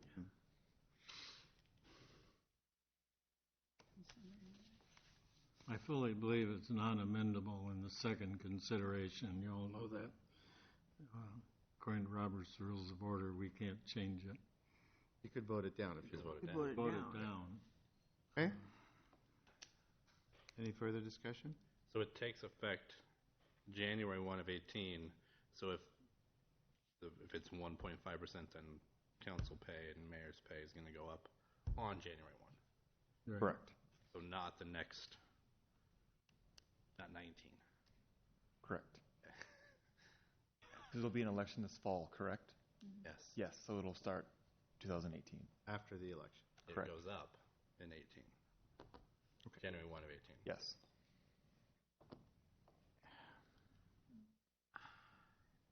Any further discussion? All those in favor of ordinance number 17-10, please signify by saying aye. Aye. All those opposed, please say no. No. Okay, one no. And this was all started by you. I know. Aren't you glad? And considering the fact that I am not running in November, this doesn't affect me at all. So, Okay. somebody has to look after you guys. I mean, gee whiz. Thanks for the dollar. Okay, Mr. Spinks. Feel like Your Honor, I'll make a motion for resolution 26005, directing staff to proceed with naming of the Art in the Alley as Uptown Artway. Second. It's been moved and seconded to approve resolution number 26005, directing staff to proceed with naming of Art in the Alley as Uptown Artway. I have one comment or clarification on this.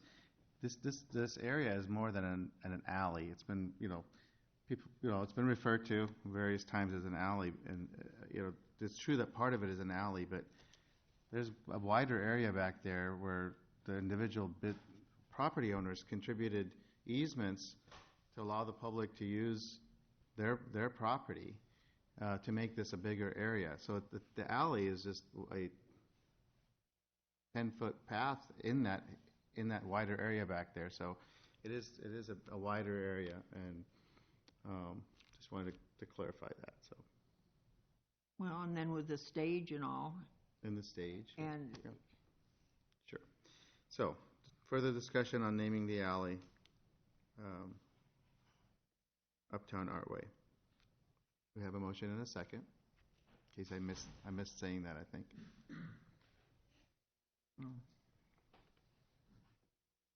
Okay? Yes. Yes, ma'am. Was there going to be some kind of signing then for this?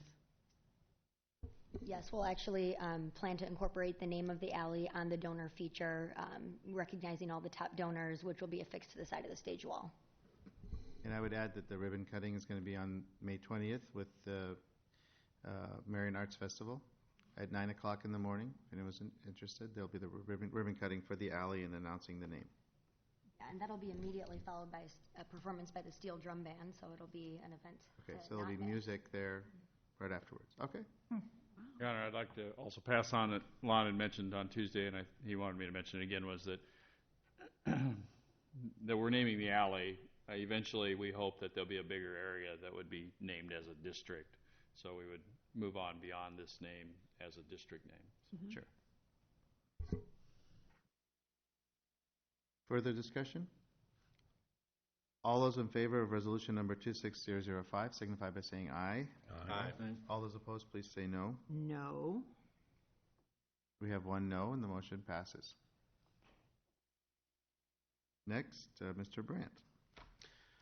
Your Honor, I make a motion to approve resolution number 26006, directing staff to proceed with a city hall reorganization.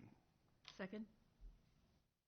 It's been moved and seconded to approve resolution number 26006, directing staff to proceed with a city hall reorganization. Now, this is not just moving furniture around, right? No, and as stated, this is just the first step to move towards a much bigger plan and a lot of items that will be brought back to council for approval. It's an organizational It's actually changing our organizational chart, adding a couple positions, getting us moved towards that 50,000 population community. There really hasn't been any changes since we were 15,000, so we're looking forward to serving the public better through this. More effective, more efficient process and Yes. providing services more efficiently, more effectively. Okay. Discussion? Well, I question the number of assistant city managers. I mean, according to the chart that we got, there's 2 of them. And so we've got a city manager and an assistant to the city manager, and now 2 assistant city. I mean, what the heck? Where are we going to stop? Oh, but with this resolution, we're not actually approving an actual structure. Well, I just Correct? think that. No, I know. I mean, that's valid. But will there be time to discuss those kinds of? Absolutely. Yeah, I mean, there's going to be a proposed structure brought to the council to look at and discuss. Right now, we're just saying proceed with coming up with a proposed structure. Yeah, as I understand it, the proposal was given to you was one option that Lon liked and thought we should use, but that there's plenty of room for discussion on that. Okay. And all job descriptions, as always, new job descriptions come to council, so every single one of those will be coming to the city council for approval. Okay.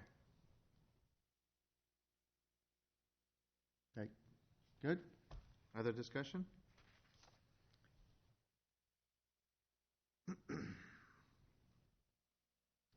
All those in favor of resolution number 26006, please signify by saying aye. Aye. All those opposed, please say no. No. Okay, we have one no. The motion passes. Your Honor, I move to set May 8th, 2017 as a special council meeting for a closed session regarding personnel matters, which includes the city manager's performance evaluation as permitted under section 21.51 subsection I of the Code of Iowa. Second? Time, Well, so I can put it in my calendar. okay. Haven't approved it yet. So Well, it's been moved and seconded might to make set a difference how I vote. to set May 8th, 2017 as a special council meeting for closed session regarding personnel matters, specifically the city manager performance evaluation. Okay, now, you have a question regarding what time it would be? What time? Do we have Because it? there are some who can, if you make it at 9 in the morning. No, council God, can do no, that. that's the middle of the night. Monday, okay. I was thinking 5:30 again. I believe it was 5:30? 5:30 is when we have done. Okay. I think it was the regular time. Okay. Thank you. Other discussion on this? Your Honor, we were wondering if we needed to modify the subject of the meeting, is that? Since if we were going to take on Tom's situation, we would. Tom's got a lot of situations. That other consideration? We've specified the meeting as a personnel meeting, and I'm not sure that we need to add that it. I would say probably to be safe, make an amendment to include that it will also be open for a regular session as well for that second or third consideration. So we were going to talk about that. Yeah. Oh.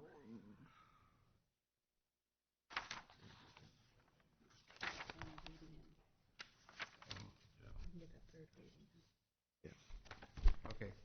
Is anyone willing to make the motion to amend, to add? That's the extending the ordinance for 6 months?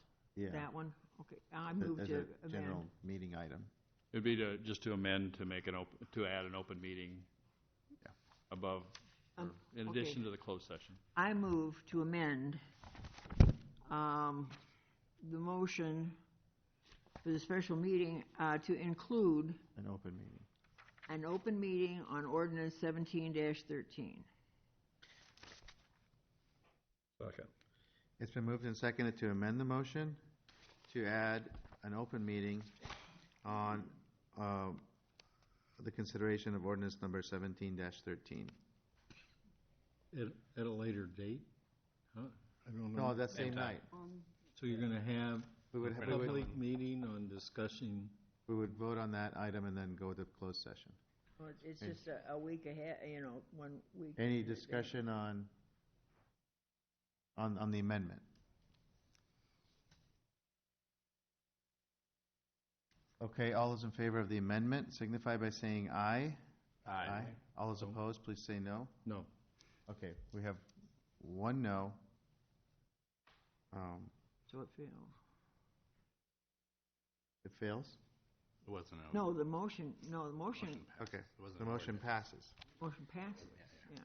Okay, so now we have the amended motion, setting a special council meeting on May 8th, 2017 at 5:30 with an open meeting component to consider ordinance 17-13 and a closed session regarding personnel matters. Okay? Any further discussion on the amended motion?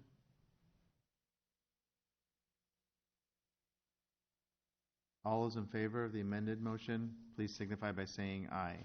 Aye. All those opposed, please say no. No. We have 1 no.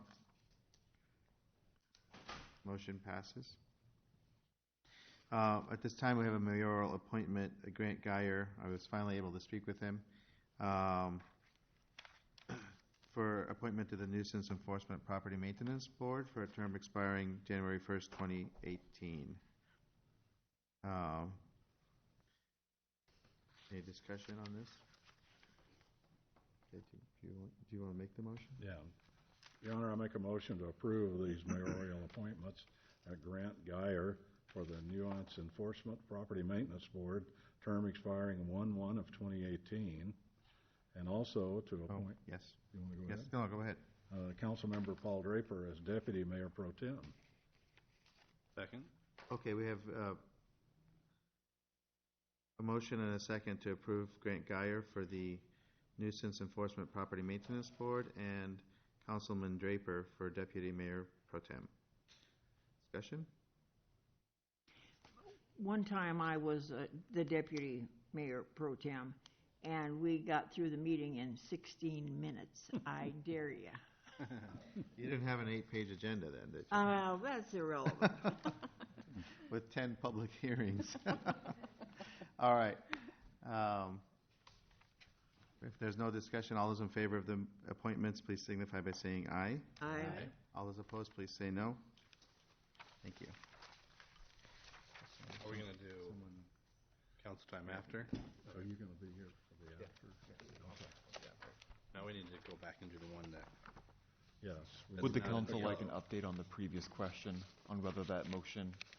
What's that? Would the council like an update on the outcome of that vote? Oh, yes, yes.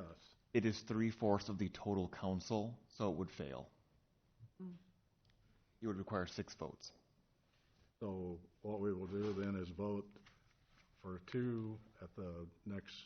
Yes, so the next, at the coming Monday, you'll have the second consideration. Okay. Thanks for looking that up. I appreciate it. Thank you for your patience. I appreciate it. Can I ask a question on that? Yes. If not everybody is at that meeting, would the suspension at that point still require 6 votes? Yes. So everyone has to show up. So yeah. You'll come get them, right, Tom? Tom's taxi service. Okay. So we need to go back and do G5. Yes. Right. Okay. So I make a motion directing staff to proceed with the demolition of property associated with the 2016 Central Corridor improvements, Phase 3 from 13th Street to 19th Street, project specifically the roundabout at 6th Avenue and 15th Street. Second? It's moved and seconded. Discussion? Yes, Your Honor. Yes, ma'am. Of course. I heartily defend my position as far as the placement of a roundabout at that location insofar as it is the funnel literally from the north side of Marion across 7th Avenue to the high school primarily. Secondly, it's 2 blocks away from the middle school. There's Starry School also on 15th Street. And I don't know if you've been out to see the amount of cars that are waiting to pick up their children, but it's going to increase because they are certainly not going to be allowing their kids to walk and have to do with a roundabout, which are not pedestrian friendly. Okay. So I am against the demolition of and the building of the 6th Avenue, 15th Street project.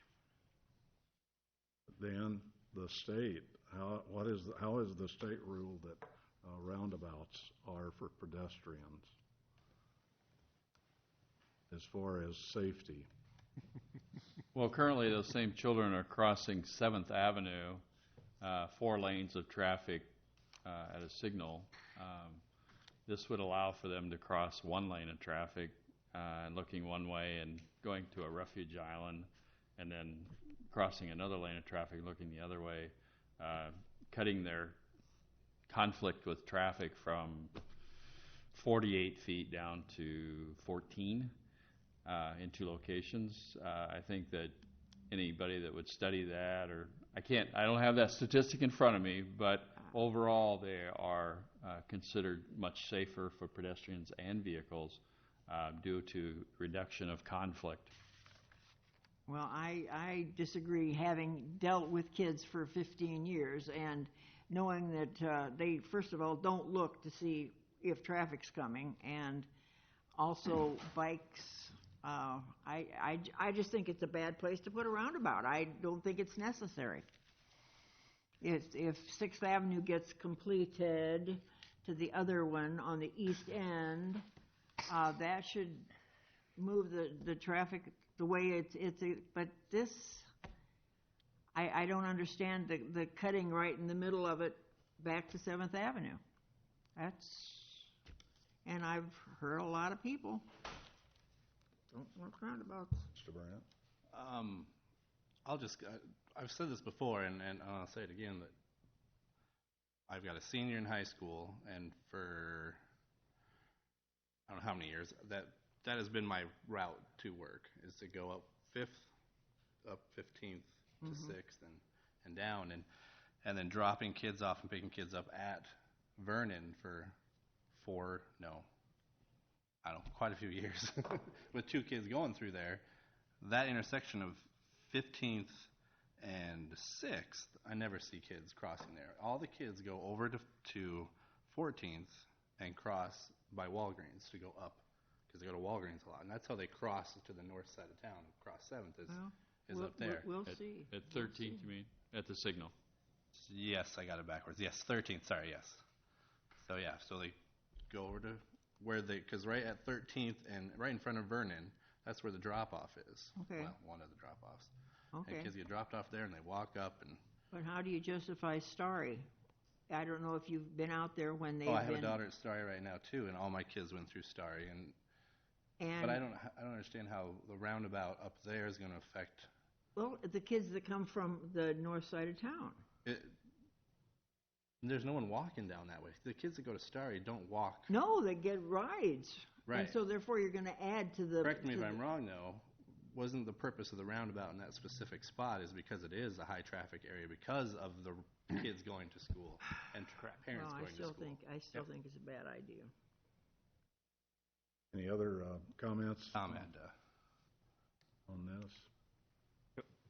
Yes, sir.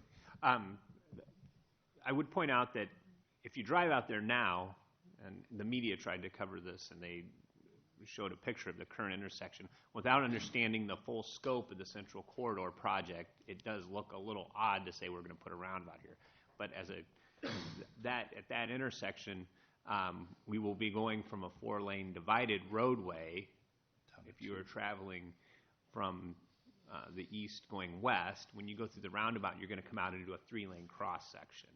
So and the idea is that once that traffic is moved from 7th to 6th, that we'll be carrying between 17 and 21,000 cars a day through that area.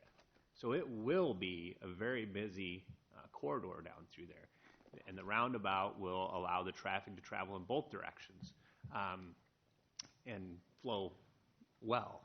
A signalized intersection would not be as safe with the yellow light and people speeding from a 4-lane divided narrowing down to a 3-lane. So there's some safety issues that are considered as a part of this. But it has to do with once the corridor is built out. I just want to point out a couple things, and I won't belabor this because I know we've been here a while. But the news coverage made indication that we were using eminent domain to purchase the properties, and it suggested that condemnation was being used and that the city was kicking businesses out. Within the corridor project, we've probably bought 15, maybe more properties. We've relocated a number of businesses. We have not had to use condemnation for any of the acquisitions. The Meyer Vet Clinic was highlighted the other day. The media spoke to a worker, not the owner. The worker actually emailed me privately and said, hey, I just want you to understand that they cut off half the sentence because they'd indicated that they were not happy to begin with. However, the city has been assisting them, and it's allowed things to work for the better. Now, I got an email from her saying that I just wanted the city to know, so I wanted to pass that along to the council to let you know that. We've been working with them. We're acquiring the property at $161,000 for the property. We're paying $67,800 and some change for relocation and reestablishment. They're going into a commercial building on I think it's Meadowview Meadowview off 11th Street, former clinic. It's going to be a much greater presence. I know that they are not thrilled with having to move, and I'm not going to speak for them if they're overall thrilled with it. But I just wanted to point out that this was a negotiation that occurred over a period of time in which the city was working with them. We've actually got on the agenda tonight to approve the relocation assistance package for them. We're working to pay their contractors for the work that's being done directly so that they don't have to take it out of their cash flow for their business. So we are working with these guys substantially. If you recall Wade Renault in the Total Eclipse, the Whetstone Group, DNR Engines, we're paying them $50,000+ for relocation and assistance. So none of those were done with condemnation. Those were all done as a part of a negotiated purchase and relocation. So even the RJ property, which they did close their bid, they relocated they're storing their stuff in Marion, just so you know. But what I would like to know then is the total amount with these relocations and the whole thing that this roundabout is costing. This one, Yeah, we can provide that. that would be a good idea. 'Cause We can do that. I think it's gonna, I still think that there's a mistake in establishing roundabouts in neighborhoods and business areas. Marilyn, I'd like to also comment that a signalized intersection at this location would have taken the same amount of buyouts as the roundabout is. That with the left turn bays, dedicated right turns, signalization, so forth, we've found that in all instances that the acquisition of right-of-way has been very similar in both cases. No, but you wouldn't have bought all those houses in that block. I mean, the city owns the entire block now. That was a choice made by council to move forward with those houses while they were not, it was an opportunity to buy them in market rate. It was not staff.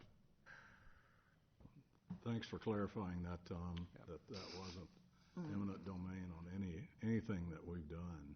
I mean, I don't want to, the clause that we operate under, they're procedures for eminent domain in the Iowa Code. So we follow all of the requirements that are necessary to acquire right-of-way.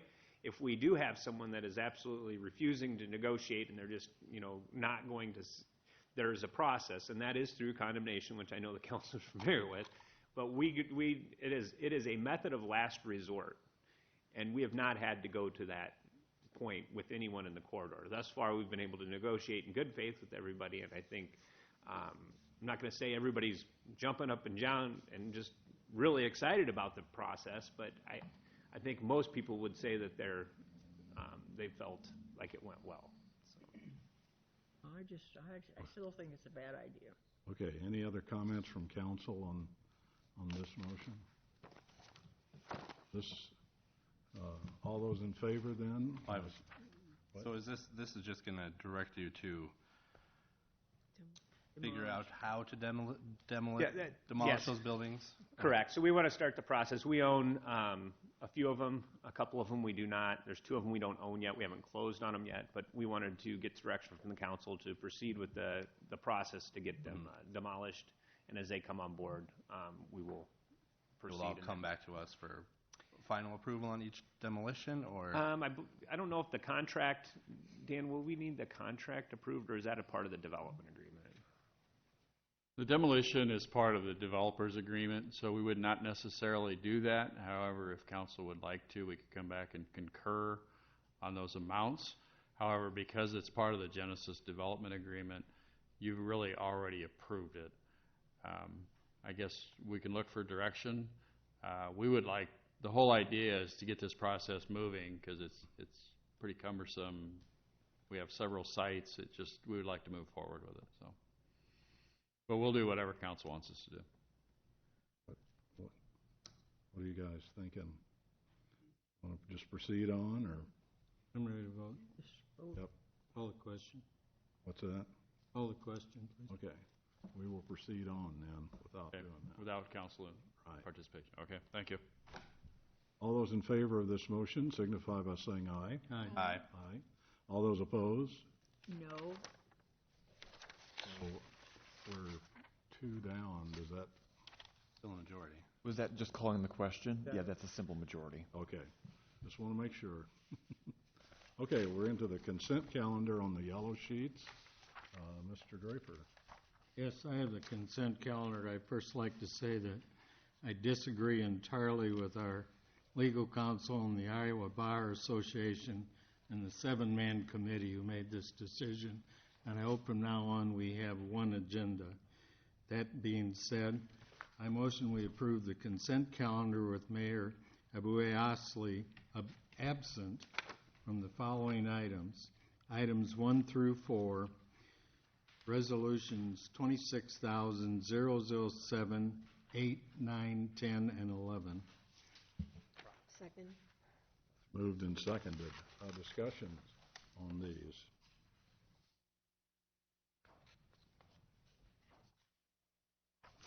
Hearing none. All those in favor of the consent calendar signify by saying aye. Aye. Those opposed? I get to do a public hearing. Wow. Open a public hearing for the 2017 HMA resurfacing project. Dan, would you give us a quick rundown on? Yes, Your Honor.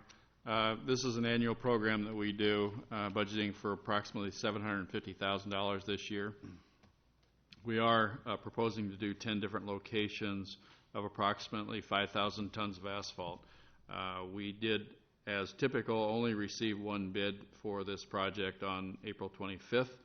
That low bid was for $702,137, or about 93.5% of engineer's estimate. The work will start no later than July 17th and take about 45 working days. There is a liquidated damage amount of $300 a day beyond those working days. We are recommending the acceptance and award of this bid. We are also, with this project, looking to come back with a couple more locations to get that amount up to the contract up to that $750,000 budgeted amount. We would like to come back with at the next meeting for that. So this is like the other one where they came in below estimate and you want to use those funds. Yeah, we'd like to go ahead and use the rest of the funds for this year's program. We think that working with the contractor, we can be able to do that at the current bid unit prices. So. Okay, very good. Okay, this is a public hearing. All those that are for this project, come forward. All those that are against or want more information on it, have your say. Not seeing anyone. Public hearing is closed. Councilman Edsel. Yes, Your Honor. I make a motion to approve resolution number 26012, accepting bids and awarding contract to LL Pelling Company, Inc., regarding the 2017 HMA resurfacing project in the amount of $702,137. Second. Moved and seconded. Council discussion? So that basically clears up another 50 grand for additional overlay. Sounded like it. That's correct. 48. We have a significant list of locations that are priorities to us. We will work through that to get about $48,000 worth of work. Okay, thank you. I just have one question. Okay. Can you refresh my memory with 31st Avenue from First North? Is that 31st Street from First Avenue North to about 4th or 5th Avenue. Was that part of this, or was that part of another program this year? We're actually going to use our neighborhood improvement project funding that was within the CIP program, and I think it's in local option sales tax as well, to do a full depth patch and surface grinding project there. We have just today finished with the preliminary plans for that, and we'll have something back to you in probably about a month.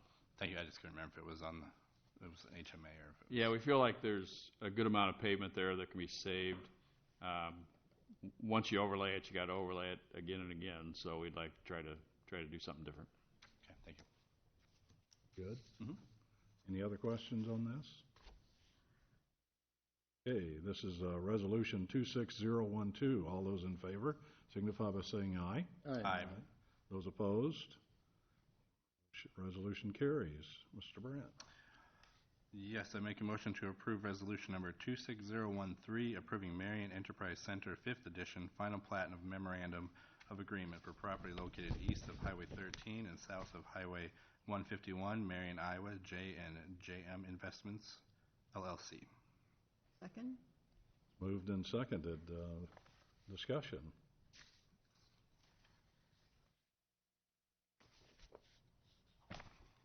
Nothing? Okay, this is resolution 26013. All those in favor signify by saying aye. Aye. Those opposed? Motion carries. Your Honor, I move to approve resolution 26,014, approving a waiver of stormwater management fee in the amount of $1,732 for Outlot A, Marion Enterprise Center, 5th Edition, J&JM Investments, LLC. Second. moved and seconded. Did we talk about this? I don't know if we talked about it. No, on Tuesday, I don't think we talked too much about it. It's the final plat, and I think what's important to note is that Outlot A is being dedicated to the city as a part of the project. It's 4.3 acres in an industrial area, so I mean it's a substantial parcel. And the developer is requesting to waive the storm water management fee, primarily because he's dedicating it to the city. And this would be ultimately incorporated into the city airport project and expanded runways. So, when's that dedicated? Waldo's Rock. Yeah, it's right around. The property is directly east and south of Waldo. Okay, now the light clicked on. Yep. When's that supposed to take place? The dedication. With the reporting of the final plat, the dedication would be made at the same time. Okay. Yep. Basically, is additional 4 acres, I believe. Yeah, 4.3 And acres. It won't be a park because of the proximity to the east-west runway at the airport, but it will be in prairie grass and for butterflies and the quail that are out there and the pheasant that are out there, and so it'll be a really nice addition along the trail. Yep. It's a substantial. There's quite a bit of value there. Well, it moves Mr. Morris's up to about 12 acres of land that he's gifted the city out there. So. Yeah, absolutely. So, just a thought. Obviously, it's going to be a little while before that runway is put in. Mike, you know where I'm going, don't you? Yeah, doesn't it? Is there? So if it has grasses and stuff, can a path be mowed through for like a walking trail till the time that we don't use it? Sure, the plan is, once the city accepts the land, we'll go in and we'll probably plant it to prairie grass pollinators, just like we are in the park itself. And then if we want to, we can do mowed trails through that 4-acre property too. Nothing more than mowed, no gravel or nothing down, just grass trail. Yeah, definitely could do that. Yeah. Thanks. Anything else? Okay, this is Resolution 26014.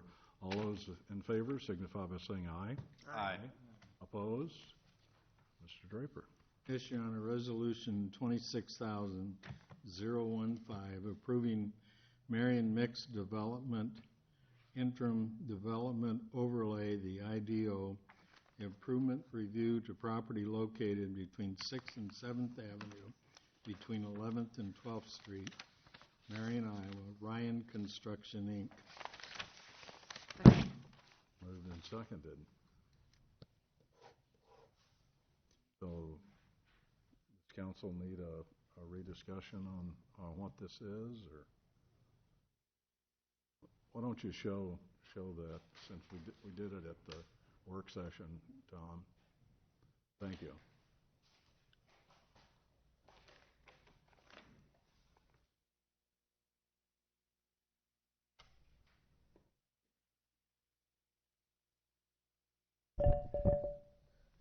So this is the Marion mixed use project. As illustrated, this would be driving east on 7th Avenue. So this would be the 11th Street right away currently. The parking lot and the current building sits in this vicinity, so it would be the location of the Marion Strip Mall.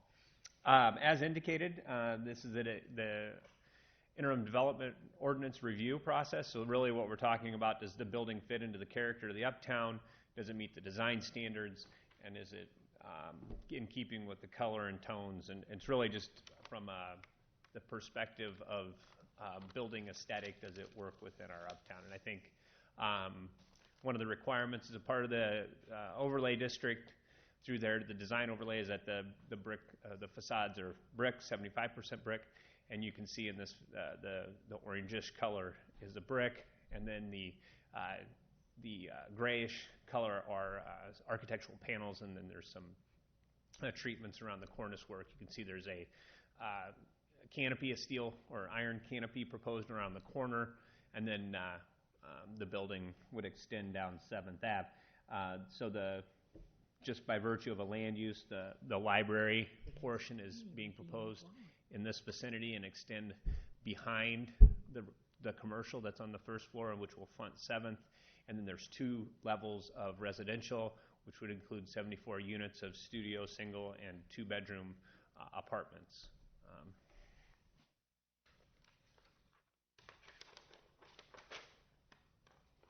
Just from an elevation perspective, so this is 12th Street, so you'd be looking west on 12th Street. This would be if you were sitting in the parking looking at the new buildings. The library would be in this vicinity. And then you would have the apartments above. The commercial would front 7th Avenue.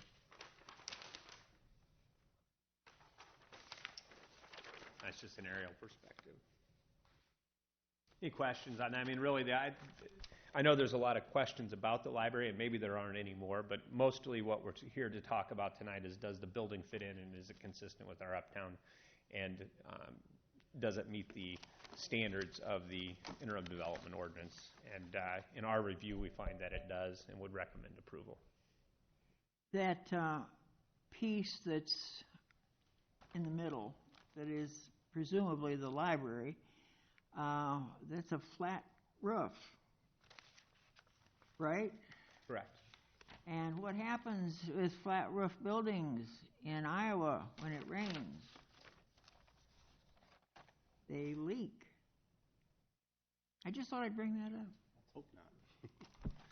Can you I have another question, Your Honor. Go ahead. Can you put the picture back up? Well, the last one you had up. So in the interior of the apartments, yes. So if you're standing in the park and you're looking at it, you're going to see that east end, and you're going to see the interior. Yes. So what is that? What's that material? They're architectural panels. So the same that's on the outside? Correct. In yep, the it's a trim, kind of the trim material, yep. Same exact thing? Yes. I'm going to look back and say to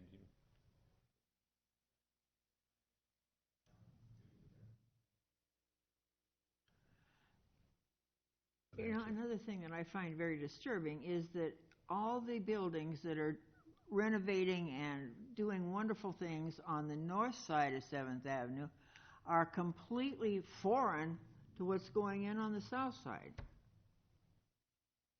I guess we'll never be a movie set, will we? Talk about what's foreign is what's there now. That's what's foreign. Remarkably better than what's there now. Yeah. Well, you got 10 businesses in there, and those 10 businesses are not going to be moving to this place. I wouldn't argue about the businesses. I would argue about the boxcar architecture. Yeah. Well, anyway, back to the resolution for this is for the review for property located on between 6th and 7th Avenues. Is there any more questions for Tom or between you, all of you, for this? I don't like that building. If not, then this is resolution 26015. All those in favor signify by saying aye. Aye. Those opposed? No. 1 no. Councilman Edsel. Yes, Your Honor, I move to approve ordinance number 17-08 relating to the establishment of the Marion Municipal Airport Committee. Final consideration. Second. Moved and seconded.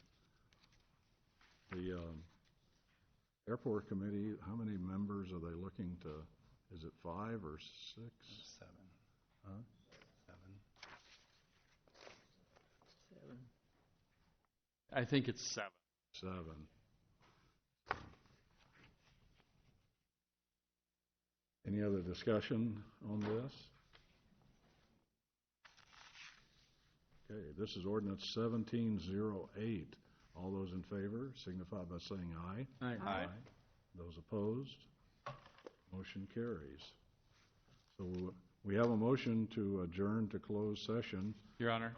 Yes. Do Mayor come back in and do council discussion at this Yeah, time? council Annie? discussion. Yes, okay.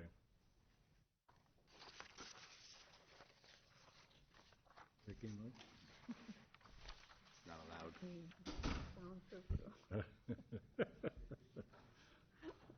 What'd you say, blindfold and put sound muffling ear? Yeah, there you go. Yeah. Actually, That you want is family. blankie. Is blankie and Bill. So they play music for you? Start the other end, Joe. So we're here. Okay. Do we want to do Got it. council discussion? Yes. Okay. Yeah. Discussion? Ms. Brazour? I'm sorry, discussion? Council discussion? Yes, I lost two friends this last week. Lloyd Jordan, whose family were longtime farmers in the area, and he just happened to be married to a classmate of mine. And nice fella, just one of those that you hate to lose. And then Kurt Hames, who was a good friend and certainly contributed a lot to the city. And I'm going to miss them both. Sorry to hear that. Thank you. So I'm going to give props to my daughter real quick. She's graduating from Marion this year, and they had honors night last night, and she's going to be graduating with honors, so I'm very proud of her. Wow. And that's all I'm going to say because I'm choking up. One down, two to go, right? Takes after her mother, does she? She does, yes. She got her mom's brains. My looks. So for this weekend, on Saturday, the first farmer's market begins at Toby Park. So be out there at 8 o'clock, and I'm looking forward to the pies. There's always a pie vendor there that, I go straight for the pies. But I had a question about we talked about the slip line project, and there was you had money left for that. Yes. I just wondered if we had a discussion later about using that money for some of the curb replacements. Could that money be reallocated for that? Probably. I mean, that's up to you how you spend your money. Yeah. Anyway, it was just an idea when you were talking about that, to get that kicked off. Anyway, that's all I have. Oh, yeah. Tuesday night's meeting, we had a representative from the landfill here, and I asked about if the cemetery was fenced in. And that's a question I've asked 3 years in a row. I got an email from him yesterday saying, yes, it is fenced in. The county had indicated that they would provide a road open to that year-round. It is a pauper's cemetery in the corner of landfill and right on between the creek and the new lined site they have. And give you a little history of what it is. In 1861, the Board of Supervisors of Lynn County decided that they were going to build a poor farm, they called it. And the interesting thing is the Board of Supervisors at that time, they had a supervisor for each township, 19 of them. Now we're talking about going from 3 to 5 and back to 3, so there were 19. In 1862, the county home completed the first building, which was 26 by 38, at the cost of $2,000. The walls were 5 foot thick. Over a period of time, the building, and I'll go because of time, was built onto 3 or 4 times, and it suffered greatly during periods of time when we had sickness in the area. It filled up with people, and at one time had 200 residents. Well, the cemetery historically is something of some importance. When they closed the thing and the Abbey Center took over, a lot of the county records disappeared. Fortunate enough, we have a few. This page is just by initials of who is buried in that cemetery. This page is by names of who's buried in that cemetery. And this last page are more names, and down here, a list of people age 21, 74, 66, 49, 29, that they don't know where they were buried. But if you have an opportunity to speak to the landfill people, that's something that should be protected, whether you have a relative or I do. The dead deserve to be protected, and that cemetery needs to be, there are no stones or fences in it anymore, or crosses. It's overgrown, looks terrible. You can't get to it unless you go to the landfill and ask them to drive you over there. But at least I did hear back from them, which I appreciated, because I had specifically asked if it was fenced for protection, and it is. That's all I have, Your Honor. Thank you. Okay. On Tuesday of this week, I had the pleasure for the second time of participating in the Marion Safe and Drug-Free School Consortium Luncheon, which is an annual luncheon that recognizes student leaders from both Linn-Mar and Marion high schools who are leaders in setting a good example to their peers and younger children on making smart decisions when it comes to drugs and alcohol. It was really a pleasure to be there to honor these kids for making smart decisions, and got to present each one of them with a plaque. They're the leaders of the organizations. Will was there with his daughter. She got a plaque. She got a plaque. Another award. On Wednesday, I got to speak to the Marion Metro Kiwanis Club, and that was a great experience, and got to share a lot of the positive things that are happening in the city and answer questions. Today, I was out at Law Park at noon speaking with the seniors group that has lunch out there once a month, and talked with them. And it's part of a new program that have helped start, which is the Senior Connections group, to get seniors connected in our community and to make them aware of the resources and the programming that's going on in Marion. And that was a lot of fun too. They had a lot of questions. They were very positive about what's going on in the city and the developments, and had a nice time with them. So been a busy week being a promoter of Marion, but it's a lot of fun. And we have a motion to adjourn to Your Honor. private session. Yes. Can I say something real quick? Yes, sir. I should have probably spoke earlier. I apologize. I wasn't sure when it was appropriate that I did. Real quick, I wanted to do somewhat of a public service announcement. Next Wednesday, May 10th, at 6:30, the Marion Police Department is hosting a documentary called Uncommon Allies. I think the mayor is going to. The mayor is going to be on the panel. But what I wanted to do was I wanted to extend an invitation to everyone in this room, all the council members. Officer Paulson's going to hand out some invitations as well, but I want to give you all one prior to everyone leaving. We would love to have you there. Just a little background on it, and I know everybody's ready to get out of here, but a little background. It's a project that entails some people from a group called Mothers in Charge.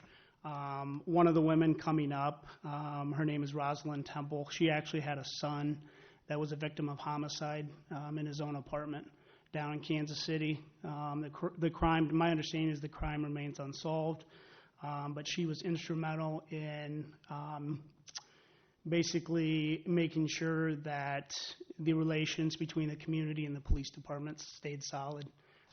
She sounds like quite a woman. I haven't met her myself yet, but I'm excited about it. Next Wednesday. But again, I wanted to extend that invitation. It is going to be a 40-minute documentary, and then that'll be followed by an interactive panel discussion. So again, please, if you have the time, I think it's going to be well worth it. Please attend. I think it's going to be enlightening, informative, and I think it's going to be well worth your time. So please make it if you can. Thank you, Your Honor. Thanks for that. Okay. Your Honor, I do have one more thing. Yes, ma'am.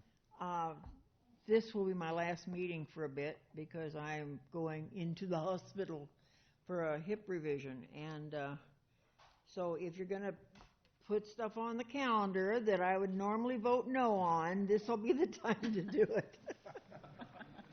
Well, we wish you well, and we hope you'll be back very, very soon. Thank you.